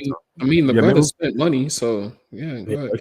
Let's do the second one, and then if you guys are up to going back for his last two in that first one, then we can knock that one out. But for the second one, it says Mamushi is up next. Ada getting packed in 2025. It's more like a statement, but yeah, I think Mamushi is going to be that guy. I still have him as my wild card, even though everything's pointing towards Jura. Although I think that could be a misdirect. That would be like a very strong, potent misdirect. So it'd be great writing. So yeah, I think Mamushi or the Henny Lord Bug is definitely going to be that wild card, that joker in the deck. And I will look out for him. And yeah, I think Ada is definitely getting packed up because her abilities are way too powerful. And we kind of need and then we tackle on Koji on top of that. It's just too much. Like they pretty much omnipotent in what they can see. So we need some of that to get tacked off. Either Koji's getting packed or Ada or both. But yeah. In my mind, that Bug and Boruto fight, I feel like it should be discredited a bit. Boruto couldn't have killed Bug there, like for multiple reasons. Like if he killed Bug, the bulb soul would have popped out, and Juro would have probably like killed Boruto right then and there. So I think for multiple reasons he couldn't have done it, and Kashin Koji probably told him you can't kill any of them. What? Nah, because that ignores the context of that situation. Like, so your idea is that Boruto was holding back his power level because he didn't want to bring to bear enough of a threat that would entice Juro to attack? No, just kill him. He didn't want to kill them. So he would bring to bear enough of a threat that would entice Juro to attack? Yeah, well, I guess in a way, yeah. I mean, death would be enough of a threat, right? So, yeah. So since that's your position, then yeah, no, there's no shot, bro. Sorry, man.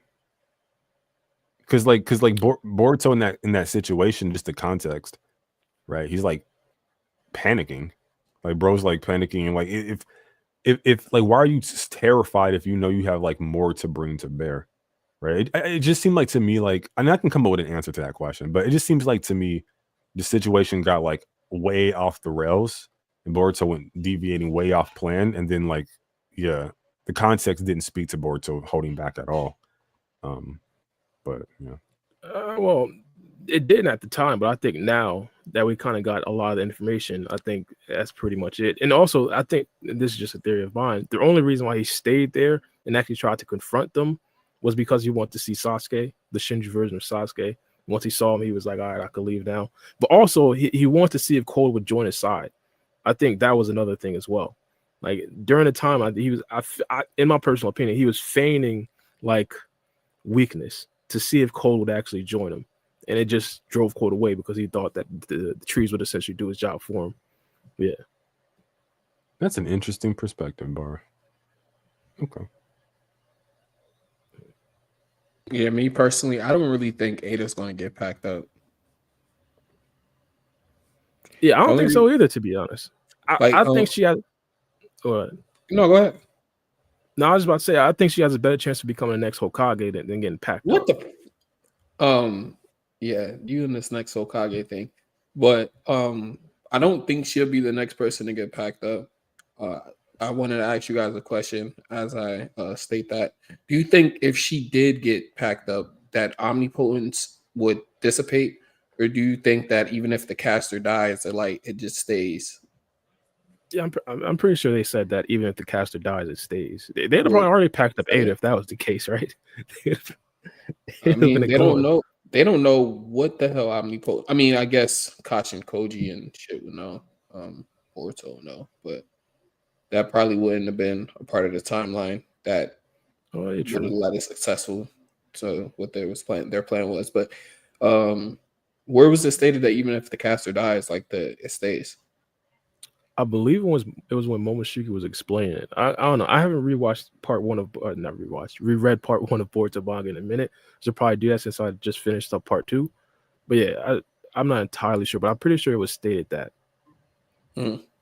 So I'm Yeah, not I sure. think But like Bug, he like don't get me wrong, I think Bug is going to be a threat, but I don't think Bug is going to like do anything to the point where what's his name? Shit, the little boy. Fuck. Damon. Damon.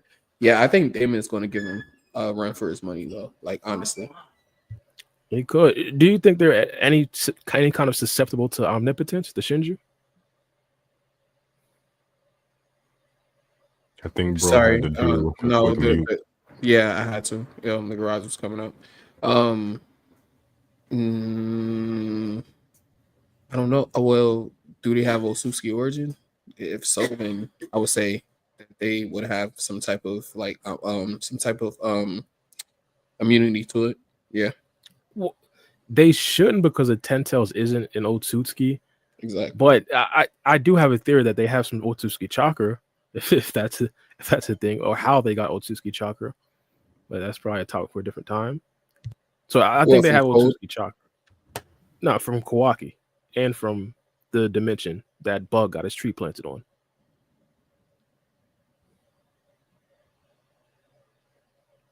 I don't know how that would happen, but all right. Remember, it was like the Rogue Claw Grime that had the Renegon that was boosted.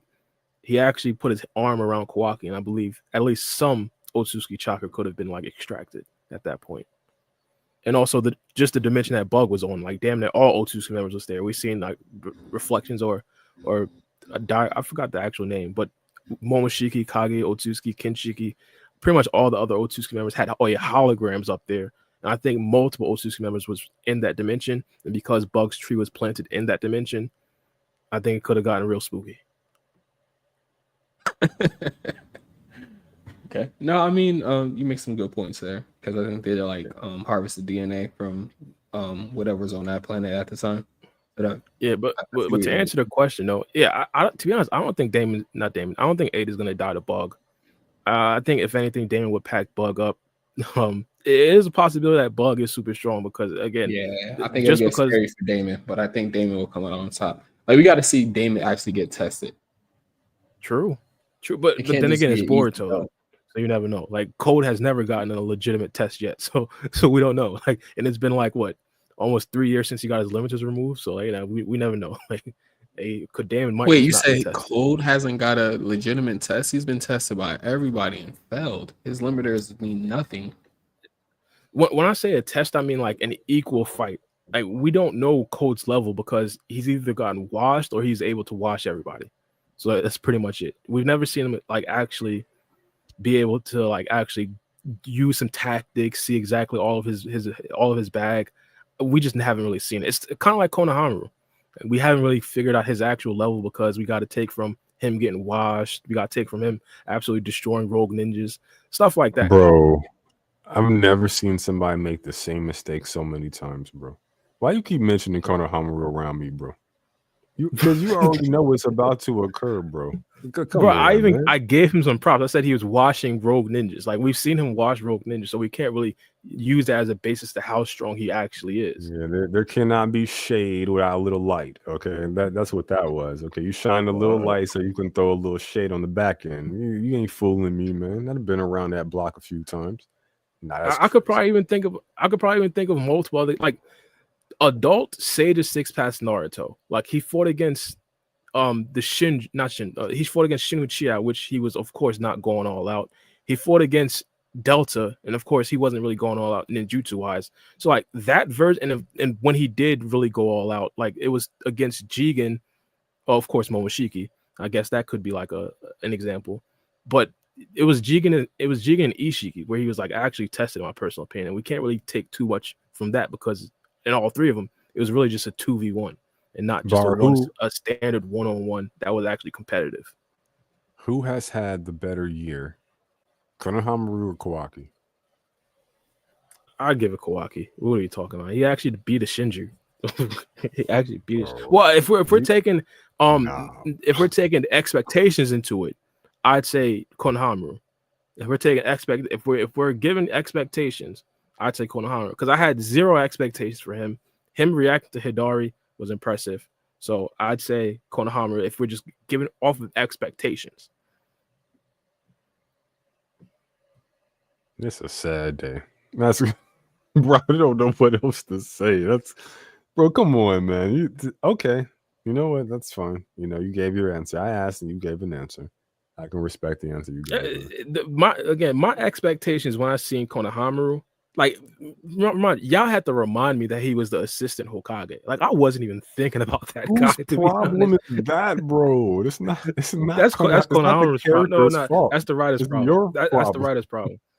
That's the writer's problem. But because he went from me not even expecting anything to like actually reacting to Hidari, I think he's far surpassed my expectations. Whereas Kawaki underperformed my expectations.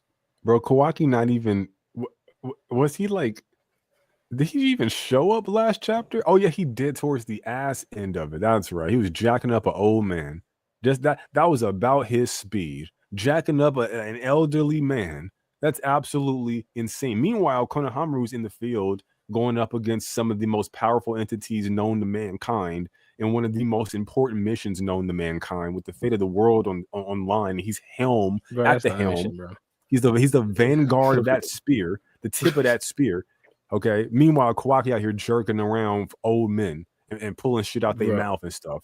Out here looking real sus. Okay, that's what your boy been doing. So when I ask you the question, Bar B, okay, who had a better year, Konohamaru or Kawaki? You stand up tall, okay, and you say, "Sir, yes, sir, it was Konohamaru Sarutobi."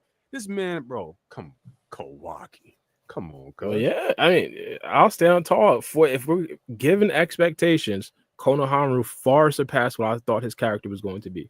1,000%. I'll give him that. That's great. Yeah, just to be honest, like if we're going expectations, one of the most important bits of context to take into consideration. But yeah, okay. If we going off expectations, he might even be higher than some of the main characters. Like just off expectations. He might be higher than Jura. Higher than one main character, okay, and his name is Kawaki. Okay, that was a nice pivot. That was a beautiful pivot. That was nice. I want pivot. I'm giving Konohamaru his props. I'm giving Konohamaru. I'm saying he surpassed my expectations. Man, like Shaquille O'Neal, he ain't got the foot. He got the feet work. Okay, I respect it. Goddamn, that was a pivot. But I respect it. Hey, what do you think about Super Saiyan 3, man? Real quick, before we forget. Have you seen it? Have you seen anything about it? Do you know, Bara? I seen some pictures of it. I seen you typing some absolute haram stuff in a Discord talking about you watch highlights of the fight. Like, what are we doing? Like, it's a NBA basketball game. You can't watch highlights of a fight. You got to see the lore. You got to see the storylines. What led up to it. You got to get the whole experience. But no, I seen some pictures on Twitter. Wait. I'm not like I didn't say it was a bad thing to. I mean, I didn't say it was like the preferable thing. I was just like, hey. I was kind of just maybe like vibing with Freaking because I know he hasn't seen it. So I was like, hey, listen, I haven't seen it either, buddy. I've only seen highlights. So I was just kind of, but I get you. That's as close to a sin as possible, bro. What do we talk? Highlights of an anime fight? Nah, I haven't caught up with the end. I didn't just want to pull up on episode, what is it, 13 or something? And just, I missed the last 5 episodes. That don't make much sense. But I wanted to, like, indulge in the moment with the fans. It might be hitting me a little bit hard. Vegeta is my favorite character, and like Super Saiyan 3 is, I say, arguably my favorite form. And them two like not having that form for like so long was like a big blue balls for me. So like finally seeing Vegeta with this form, I like it. I love it. I wish he had like longer hair, but I get it. It is Vegeta. Nah, the hair was so peak. And I know everybody's going to be rattling off like, oh, wasn't that the original Super Saiyan 3? Like they didn't hear fucking Geekdom 101 say it a few weeks ago or a few days ago. But we're gonna all pretend like we always knew that, right? But no, like I like the hair, bro. It looks so sick. And I like the sassy ass attitude like that Vegito has where he's like fighting with. It reminded me of Borishiki when he's packing up Kawaki. Well, I'm sorry, your guy, Kawaki, when he's packing him up in the anime with his hands crossed, and bro's packing him up with his fucking feet. It was this. The chincleta to cheek action was nasty work. Okay, it was nasty. So yeah, no, that's what it reminded me of. It was just peak. It was fucking fantastic. Have you seen the animation while you're talking? Have you at least No, seen I the haven't seen the highlight? animation. Oh Nah, hell no! I just bro. seen pictures. I'm about to No, watch I just that. seen still shots. I just seen still shots. So I'm I've watching seen I watch believe more I'm probably than like you. I'm probably like 5 or 6 episodes away from that. So I could take 4 hours to just kill it real quick. So I'll just wait. That's crazy. But yeah, I guess I get Free Game's take on this. Yeah, Super Saiyan 3. I know he's looking at the thing. I guess I'll kill some time for him. No, you're good. You're here? Okay, cool. Yeah, I'm here. Super Saiyan 3. Why did he? I just wanted. I gotta watch the episode because Vegeta always said Super Saiyan 3 was a wasted transformation. So I'm just like curious on why he used the transformation. When did he say that? He said that in Super. He said it was a useless transformation. So when does this happen? This happens in Before like that. Before Super, right? It's around the Zamasu arc. No, it's before. No, is it? No, it's way Sorry, before keep that. in mind I'm asking No, it's rhetorical. I already know the answer to every question I'm asking, by the way. This is when I know he was fighting against Trunks. That's why I think it was in Super. So you're talking about this when he made that statement about Super Saiyan 3, right? Yeah. Okay. So Let me see if I can find it. I know what you're talking about. When Daima takes place, it takes place before Super, right? So Yeah. it could be the case that he makes that statement because of what happens here. Is it possible? True. I didn't know it was before Super. So I mean, if you put it that way, then yeah, I will agree. Yeah, I think so. Yeah, you put me on. But this right here, it doesn't even look like he has any issues whatsoever. But I haven't seen the episode, so I don't know. Yeah. Bro, highlights of a fight, bro. That's haram, bro. I'm about to watch Bro, you've been watching too much Sneeko, I can tell, with the haram stuff. But I have Muslim guys in my around my area while I was growing up, so they always been saying it. Okay. It's like a fad now, like a trend people do. So yeah, I didn't know. Sneeko did catch me back up to it though. Yeah, I know if he was being trendy or if he was like really into it, but I got you. Yeah, no, it's Dragon Ball Daima looks like it's firing on all cylinders. I just hope that whatever fight Piccolo has had yet, or whatever, like I hope I haven't missed it, but I need to catch up for sure. Now that like Vegeta and Piccolo are involved, because Goku was really annoying me early on, but now that like we got Piccolo and Vegeta involved, then I'm probably gonna plug back in as soon as possible.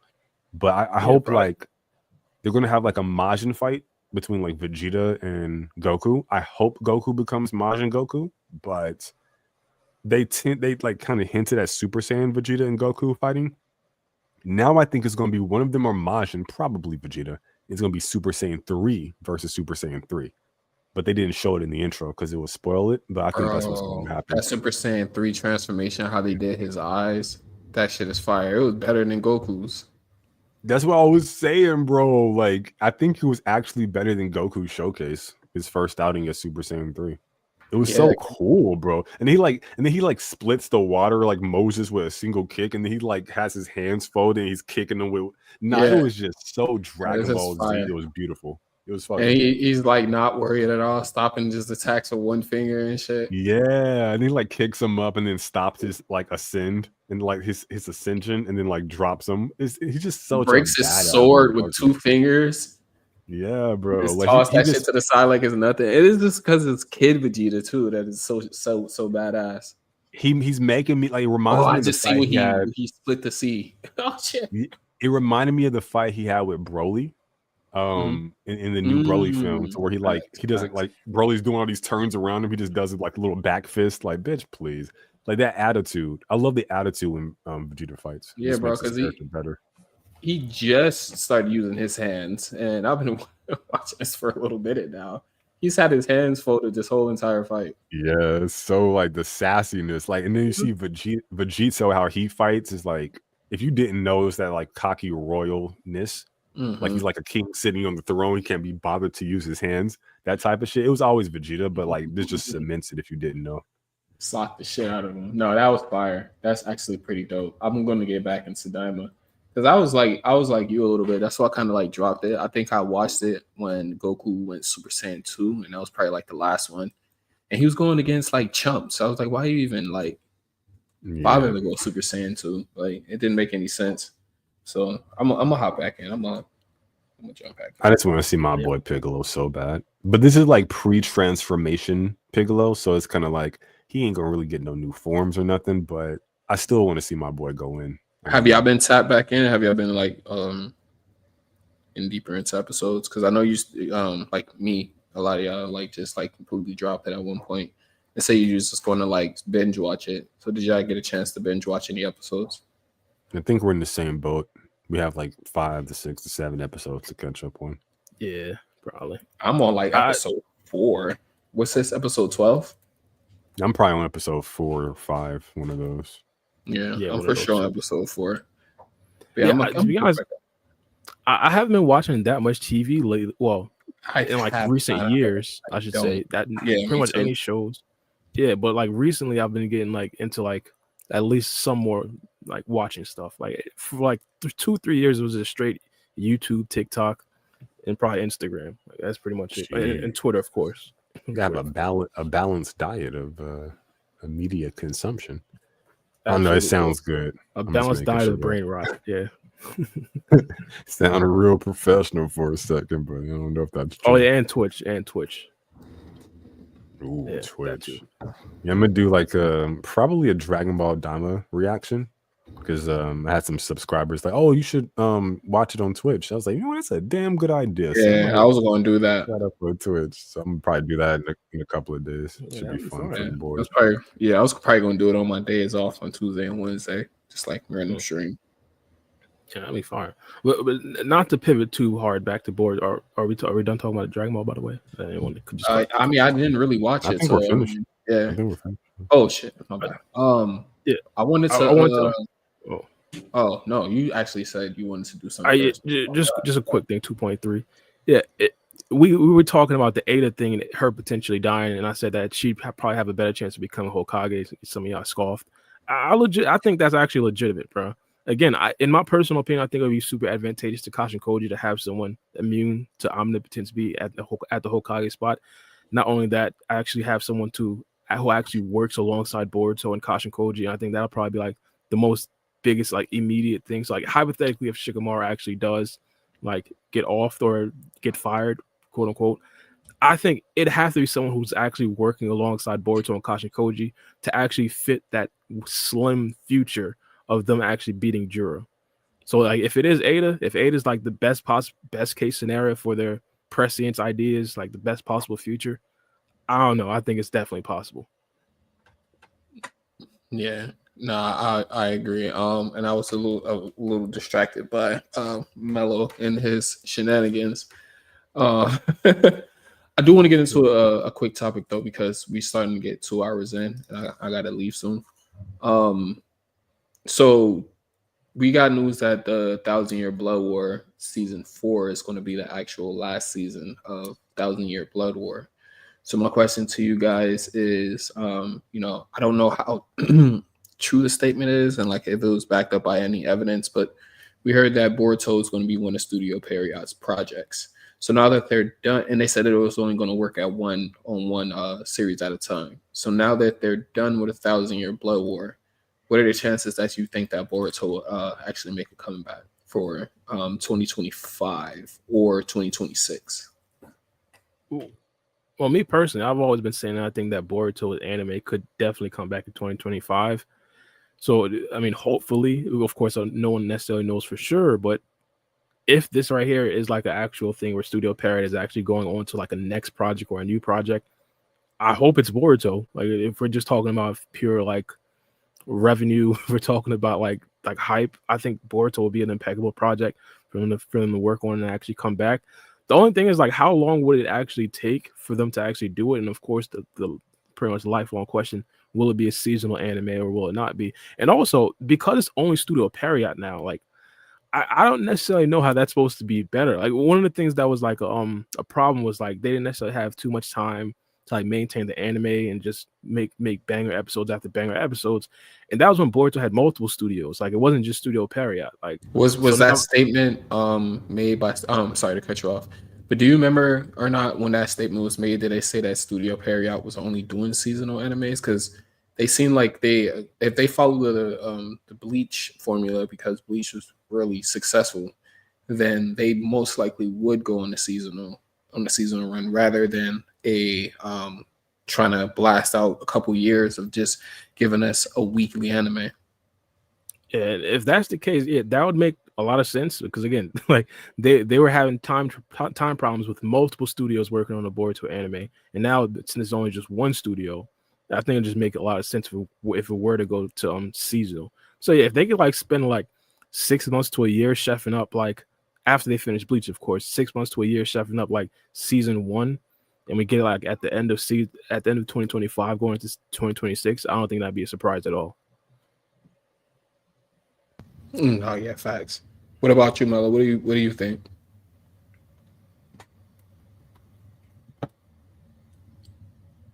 Yes, he on mute. He sure is on Discord though. My bad, bro. It take a while to get off the mute. There's a lot of noise in my spot right now. Oh, okay. It's that season. It's that season. I can edit it out. Yeah. So we're talking about Boruto coming back. That's the topic.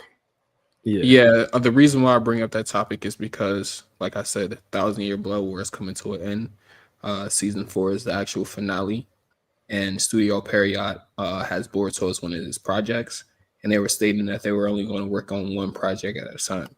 And with like Tybw Vortex being such a big hit as it is right now, do you think that they would do you think there's a chance that Boruto can come back around like 2025 into 2025 or like beginning of 2026 into 2026? Like, what do you think is the chances? Is Tybw Vortex a big hit? We got like data on that?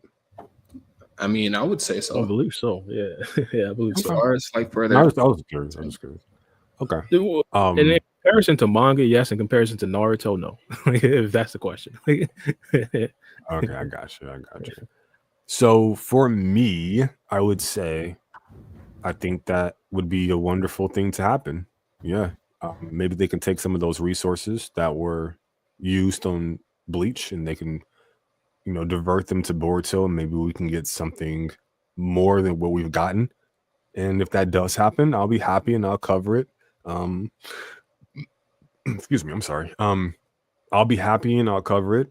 And yeah, no, that's just optimistic Mello, but just me personally, just getting away from like the politically correct PC answer there, I would say that I don't care, and it's not because I don't care about Boruto or the anime or whatever.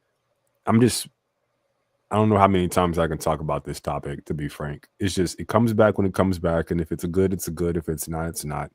But just the direction I'm taking my personal channel in 2025, I ain't gonna have no time for Boruto shenanigans this year. So it's either going to give me something to talk about or it's not. And I'm not going to like force it like I have in the past. So yeah, no, I don't mind. If it comes back the way that you're saying, that's beautiful and wonderful, and I'll be here for it and I'll cover it as it comes out. Anime, manga, blah, blah, blah. And if it doesn't, then we're getting more of the same and I'll cover it, the sparse bit of, little content we have. And the rest of it will be filled with other topics or whatever. But yeah, no, that's just my thoughts on it. I see what you're saying. That's straight. I respect that. Respectable. Yeah, if we didn't have any other topics, just your predictions for 2018. Maybe 2018? Chapter 18, 2000. I would say we going back in the past. Yeah, no, my brain was shifted. Okay. Your predictions for chapter 18 of Tybw Vortex and beyond. And just what you think happens in 2025. What do you want to happen? But yeah. Well, for 28, that says 28. For chapter 18, I think it'll probably go like what the plan wants it to go. At the very beginning, they already said it should be easy. What's it called? Kashin Koji was trying to refrain from actually giving a percentage. So that could be a little bit weird. That could be a little bit suspicious. But I think in chapter 18, the plan is going to go like this. Everybody except everybody except Konohama is going to take Ryu to like the woods or something like that, and they're probably just gonna turn on him, like backstab him, and be able to actually beat him. I do want to know if all the Shinju are essentially alerted when the soul bulb is actually like displaced. Like it wouldn't necessarily be like a big thing because I'm pretty sure Kashin Koji would already know of this possibility. But like if Matsuri knows that Ryu has been backstabbed, I wonder if it would then be like a thing where Matsuri like snaps back into it. Because as of right now, she's just in love, not in love, but she has a crush on Konohamaru. So at this particular point, she's like weakened. Like there's an actual narrative reason why she's weakened. So it could be a point where now she goes back to full strength, and then they can't really backstab Matsuri. They actually do have to fight her. But I think there is a good possibility that the plan just works fine. The second part is what I'm worried about, and I think that'll probably happen in chapter 19. Whatever Boruto says, like he's worried about, I'm worried about that, and I think that'll happen in chapter 19. So I think at the end of chapter 18 is going to be like a huge cliffhanger. Whatever the problem is going to be, that's going to be the cliffhanger. Well, 2025 for Boruto manga. I think the Shinju arc is probably going to come to an end in 2025 for a fact, and of course the brand new villain is probably going to be introduced a little bit later on, probably like around like we're on chapter 17 now, probably like around chapter, I'd give it 25. We could probably see at that particular point. I think it'll be like time. I think it'll be time to like end the Shinju arc and have something brand new. I think Kawaki will probably be elite at that particular point. Probably not stronger than Boruto, but I think it'll be clear that he's stronger than most of the characters in the series. It kind of is now, but like I'm talking about the codes, even some of the Shinju. I think it'll be clear that Kawaki just bodies them. Also, I haven't my prediction for 2025 is another one. There will be a brand new divine art that's introduced. I don't know who's gonna get it, but I think for a fact it's gonna be another divine art that's introduced. Yeah, me for chapter 18. I think we're going to get a big fight or just a lead up to a fight. Wait, freedom. Sorry. I can hear like some hands rubbing or something. Oh my bad, I was scratching my arm. Yeah, I was like, bro, what you doing over there? Oh, my fault. Relax. Moist mouth. No, I'm just kidding. But yeah. For chapter 18, what I think will happen, yeah, like we're gonna get something that's gonna lead up to a battle. We had a lot of dialogue in the last chapter, but I don't think it's enough dialogue to lead into a fight. Their goal is to deceive them into thinking that they're friends with them, I guess, is what they're trying to do. So to have them backstab them that quickly, I think it would be too soon. I think they wouldn't have had their trust, their full trust as of yet. I think they will try to milk it a little bit more. And I think we'll get like a cliffhanger on the battle at like probably like the end of the next chapter, chapter 18. Unfortunately, I think chapter 18 is going to be more of a dialogue chapter as well. So I thought we was going to end off 2024 with a bang. Like, even though it did lead off with a bang, I have no problem with dialogue chapters as well at all. But I don't think we're going to get too much action in the next chapter. But my predictions for 2025, I don't think that the Shinju arc is going to be over. We're just barely really getting into like not even really like the meat and potatoes of the Shinjus and what they can do. I think that like would be like 2026 when we get like the end of the Shinju arc, in my personal opinion. I think they're gonna dive deeper into them because we haven't even got like Bug's character yet. We're barely getting Matsuri and Ryu is a new character, so I can't really put him in that. But we're barely getting Matsuri, and we haven't gotten Bug yet. What's his name? I'm just gonna say Sasuke Shinju is still alive. We still got Jura as well. He's still an anomaly. So I think that it's still a lot to be told, the story of the Shinjus. Right now, like it's a do not engage order with Jura. Like how long is that going to stand, and like how long is that going to hold him off from actually completing his goal of consuming or trying to get Himawari, because that's his target as of right now. So yeah, I think it's still a lot more to be told with the Shinjus. I don't think that their story is over as of yet. Yeah, I can see Okay. that. Bet. For me, I'm looking. Sorry. No, I was about to comment about what Free Game just said. The thing that's kind of interesting to me is that they are like a opposite of like an Otsutsuki clan. Like the Otsutsuki clan is supposed to be like, in my personal opinion, like ops of the Ten Tails. Like every single time that Ten Tails actually gets their fruit, an Otsutsuki member takes it. And I think that lore hasn't necessarily been completely fleshed out. So it could be the fact that they just have like a lot more runway that we just aren't really seeing right now. Yeah. Bet. For me, my prediction for 2025, I'm looking forward to getting some kind of either a resolution or a furthering of the story between Boruto and Momoshiki. I would love to kind of get that kind of fleshed out a little bit more. I don't want a resolution, to be honest, within a year, but definitely continue that story with more information and data about that. And exactly why is it that Boruto's limited? Was it just in his head? Was there an actual, real, tangible threat there? Did Momoshiki snap? Did he make some kind of augmentations to karma? Like, what's going on with that? So I want to know about that. That's number one. Number two, I want something to happen with Orochimaru. And no more of these teases of his hideout or anything like that. I want Orochimaru in the story proper, and I want him to actually do something major and important. If we kind of have our backs against the wall, I want him to be the guy that comes out with the major fix or the major moment, and I think that could be pretty great for him to bring him back in the story with that. So Mitsuki's involved right now. Sarada's involved. Of course, Sasuke was his student, and Sarada has like her little umbilical cord in one of his hideouts, thanks to her birth being there because of Kadin. So maybe there was some augmentation occurring at her birth that manifested itself years later now. And that's why she's not affected by omnipotence. Orochimaru knew all along type shit. That could be really cool. So that's number two. Number three, I would say Toneri Otsutsuki. Definitely, please bring him back in the story. This is tying in Boruto's Jogan. This is tying in what could be happening with Himawari as well. He didn't put all of his eggs in one basket, that being Boruto. He kind of did some things for Himawari too that could be interesting.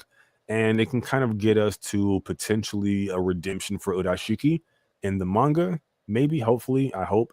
But that's kind of a tall ask. But nevertheless, that'll be like my number three, Toneri. And beyond that point, I want Mangekyo Sharingan stuff for Sarada, maybe some Byakugo Seal stuff for her power progression with that. I want to see what Kawaki looks like without his limiters, because that could be pretty badass. And I'm looking forward to seeing maybe him tap into that horned state, or maybe some new type of state. Maybe his resonance can work in favor for Boruto, to where Boruto can access karma around Kawaki instead of the reverse. That could be interesting. So he can actually be an asset, not a liability. So maybe Amato can help out with that. Maybe he overheard the conversation, something like that. And last, I would say is I want some Otsutsuki mentionings for Mitsuki. I think we drew a connection early on in the series with him in his states, and hopefully he has some Ten Tails connection. And last but last, I think I want something for sorry, what's his name? Shikamaru and the feudal lords, and like the more behind the scenes, like the shinobi stuff. I want that to be fleshed out more, and like a conspiracy, or they're trying to like take out Shikamaru. So he has to deal with the god stuff, and he has to deal with like governing and like being assassinated as like a political figure. That could be like a really interesting course of action. And there's the love stuff as well. I can go on forever, but just trying to pad out this answer. Karama and Himawari as well. Yeah. That's for it. a fact. Definitely get more of that. No, that's true. Yeah. When he was talking about the 10 tails in the Shinju, it kind of got me thinking, do you think there'll be any like references to other tailed beasts other than Karma? Nah, Other tailed beasts, like the one will, that will we see like will we see Killer Bee like buzzing? Like will we see him check in real quick? I do Or like the the third idea. tails? I do like the idea of Killer Bee helping out Himawari. It definitely pays homage to it definitely pays homage to what came before. Although I know some people may have a problem with them doing that so much. But I think they've been doing it a lot, so might as well continue, I suppose. And it seems to be working. I think the general consensus is that TBV is pretty good. So yeah, I could definitely see him coming back, helping her perfect some kind of tail beast power. Although I will say it's not needed. Kurama was there for all of it, so whatever Killer B has to offer, he can offer himself. And the context, Naruto wasn't in sync with Kurama at that time. They weren't friends or allies. So, there was a lot of things they had to do, like backdoor stuff to get to where I think Himawari can get to in an instant personally. But I can definitely see another Biju like that coming into play. If you're talking about like the broader like Ten Tails Jubi lore, which I don't think you're talking about. Okay. That I think would be fantastic. I would love that. And like you said, Himawari showing up is something I'm looking forward to as well. Just having her power progression, and not only that, but like the Lock-on state, the Kaguya stuff potentially with that, and the theories surrounding her, and just like all of her like little ancillary abilities, like the Jogan, potentially, or the Byakugan certainly, or some kind of power beyond, some Byakugan Mangekyo or something of the sort, some Tenseigan power. That could be really cool for Toneri shenanigans. But yeah. Good. Yeah, no, I agree. And then, do you guys think that do you guys think it'll be like doing too much and like too much of copying Naruto if they made her the sanctuary for the Tail Beast again, since she's the host for Kurama? It wouldn't be too much, but I see Naruto still being the sanctuary when he gets unsealed. But to be honest, I'd love to hear like the other Tail Beasts just at least weigh in on Jura. Like they gotta be having some opinions about this. You're just assuming he gets unsealed. Yeah, you might I am. never see Naruto ever again. That's a possibility, but I'm assuming both Sasuke and Naruto survives. When it comes to Himawari being like the sanctuary, I think it makes sense for that to happen and change from Naruto, because Kurama, like, he was tasked by his father to guard over the sanctuary. That was like the last thing. So if he's going to stay with Himawari, she needs to be the sanctuary, because he can't protect Naruto unless they want to do like a half and half thing. But then that's not really doing Himawari a service, and it's kind of like retreading over ground with Naruto. I personally would love for Naruto to develop his power as a shinobi without Kurama. I think that would have been fantastic. So I think Kurama acted more like a crutch for Naruto personally, and I think he would blossom more as a shinobi without Kurama. But I think I agree. I think she should be like the new Ten Tails Jinchuriki, or like the sanctuary. Well, yeah, like Sage's Six Paths essentially. Like, but yeah. I kind of agree and kind of disagree with the Naruto point where he kind of used Kurama as a crutch. I agree in the fact where he was way too reliant on Kurama, but I still want him to be able to use Kurama in the future. I just really want him to like key it like we're assuming that he gets unsealed, right? I want him to key in on the other Tailed Beast power. Like, remember, he didn't really have Son Goku, but he was still able to use a lava style Rasengan. Like, he rarely tapped into those type of abilities and those type of things like after he finished fighting against Kage. Because remember, at that particular time, he was able to use a ceiling Rasengan from the One Tails. He was able to use the lava style from the Four Tails. He just stopped using it except for that one time against Delta. He stopped using it like after that arc. And I wish, like, if he gets unsealed, he just taps into the 8 other tailed beasts and develops his abilities from that. That could be interesting. I don't know. I just like, for me, like, the reason why I'm saying that is because that's what Naruto said, and like by it I mean him saying that Kurama was like a crutch. Yeah, and I believe it was in the anime. It was the when Sakura was analyzing them to see, like, Sasuke lost his Rinnegan, Naruto lost Kurama. They don't have their superpowers, quote unquote, anymore, and that's where he was like, Kurama, he effectively was a crutch for Naruto. So Naruto himself arrived at that conclusion. And I think I agree. I think he would blossom far more without external power like that. And clearly, like, you can reach 6 past tiers of power, because that's what Sasuke told base Boruto before karma or anything. Just, hey, if you train, you can surpass your father. So I think it's possible, certainly. Yeah, facts. But that kind of, in my personal opinion, like, he was, I'd say yes, he was relying on karma because of that. but I still want him to rely on the other tailed beasts, and he didn't. Like, for example, once he lost the chakra mode from the 9 tails, I forgot the other tailed beast, and I got to rewatch some stuff. But there was another tailed beast that produced a chakra mode that he could have utilized. He just didn't. Yeah, that Son Goku has one as well. You know, Or the I lava, get the what lava you're, chakra mode. yeah, like I get what you're saying, but for me, it feels like maybe two things or just one thing, and factoring in those 2 points, and that's it's wasted potential. It's something really cool that he could have done but never did, and we would love to see it happen. And this would be an excellent opportunity to make that so, because of the conditions right now. He has other power he can rely on, and I feel like that's the perspective more so than it needs to happen. Like for me, like I feel like we've gone too far into the story where the tailed beast being used in that way is necessary or even desired. And I can only talk about my own subjective perspective, but I don't desire to see that before. I mean, that now. Before, yes, I get you. Like maybe like 3-4 years ago, I 100% would agree with you. Yeah, like let's get like that. Let's get the spire. Like even the fan art, we see him looking like Hagoromo, looking real nasty, like crusty looking ass eyes, like all that shit, like all the dojutsu. I wanted that then. I don't need that now. And I think Naruto's character, the next journey for him and his power progression is getting beyond having to rely on Hagoromo and Kurama and actually attaining this level of power on his own. And I think we'll see a way more versatile bag from Naruto. It's just not Rasengan A, B, C, D, or big Rasengan and bigger Rasengan. I think he'll start to actually cook. Maybe even tap into his heritage. Maybe even pull out a flying Raijin or two. I think it could be really good.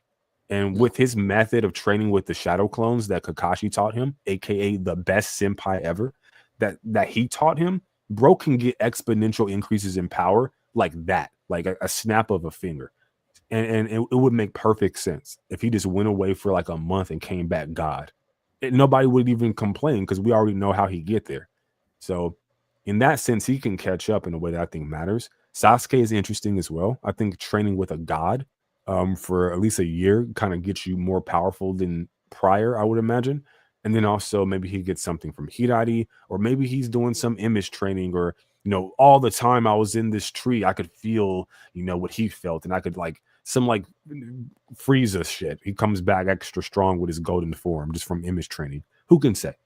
But yeah, this is my thoughts on it. Yeah. Yeah, but I got to dip, guys. This was a pretty dope podcast. I want to thank everybody who joined us, everybody in the chat. If you're being generous, share the podcast to your people so they can be aware of what we're doing over here. Like, subscribe if you're new. Sorry. I know. Blue Lock was fantastic. If you're not watching Blue Lock, please go watch it. We kind of, I think, finished up season 2, or at least we're at the ass end of it. And that finale was fucking peak. And yeah, Super Saiyan 3, fantastic. I did watch the highlights, not the episode, but go watch the episode. Akira Toriyama, one of his last great presents to us was Super Saiyan 3 Vegeta, and let's not forget that. So shout to the GOAT, and I thank you, sir. Oh, that was his last design? What? You said that was his last design for us, like that he actually made Super Saiyan 3 Vegeta. Oh, no, okay. one of his last gifts to us. Got you. Yeah, Super Saiyan 3. The last episode. I forget what you're saying. My bad. Yeah, that's all I wanted to say. But yeah, guys, thank you. I appreciate you guys. Shout out to channel members, Patreon supporters, the donators, and we'll catch you in the new year. Okay, bro, I'm excited for 2025. I have to put in a lot of work in these last 2 days to make sure you guys get peak. But you just stay tuned for some dope shit coming in the weeks to come, because I think 2025 is going to be a banger year. Hopefully for all of us. I can't speak for all of us what we're working on, but just for me personally, like I've been working for like months for 2025. I'm so excited to show you guys some of the stuff I've been cooking up. But yeah. So and hopefully you guys is like just subscribe to MELLO's channel if you haven't. Definitely. Yes, sorry. I know we got to go, but like you guys as viewers, hopefully you guys are have something you yourself. I always say never stop dreaming on my shit, but hopefully you guys have something that you're working towards. And don't do it just because it's the New Year's resolution and then fizzle out a month later. But yeah, I would be excited to hear about that. Me personally. Yeah. So you want to pull up on my channel when we're live or whatever, or whenever, just let me know. Like I want to. Yeah, that shit really motivates me. So if you're working towards something, you're working really hard, and you're gaming stuff, gaming ground, I want to fucking hear about that. So good luck out there, and Godspeed, boys. Go out there and change some shit. Okay, fuck up the world in a positive, chaotic way. Okay, I love the positive boys. message. Yeah, have a good day. Peace. Mhm.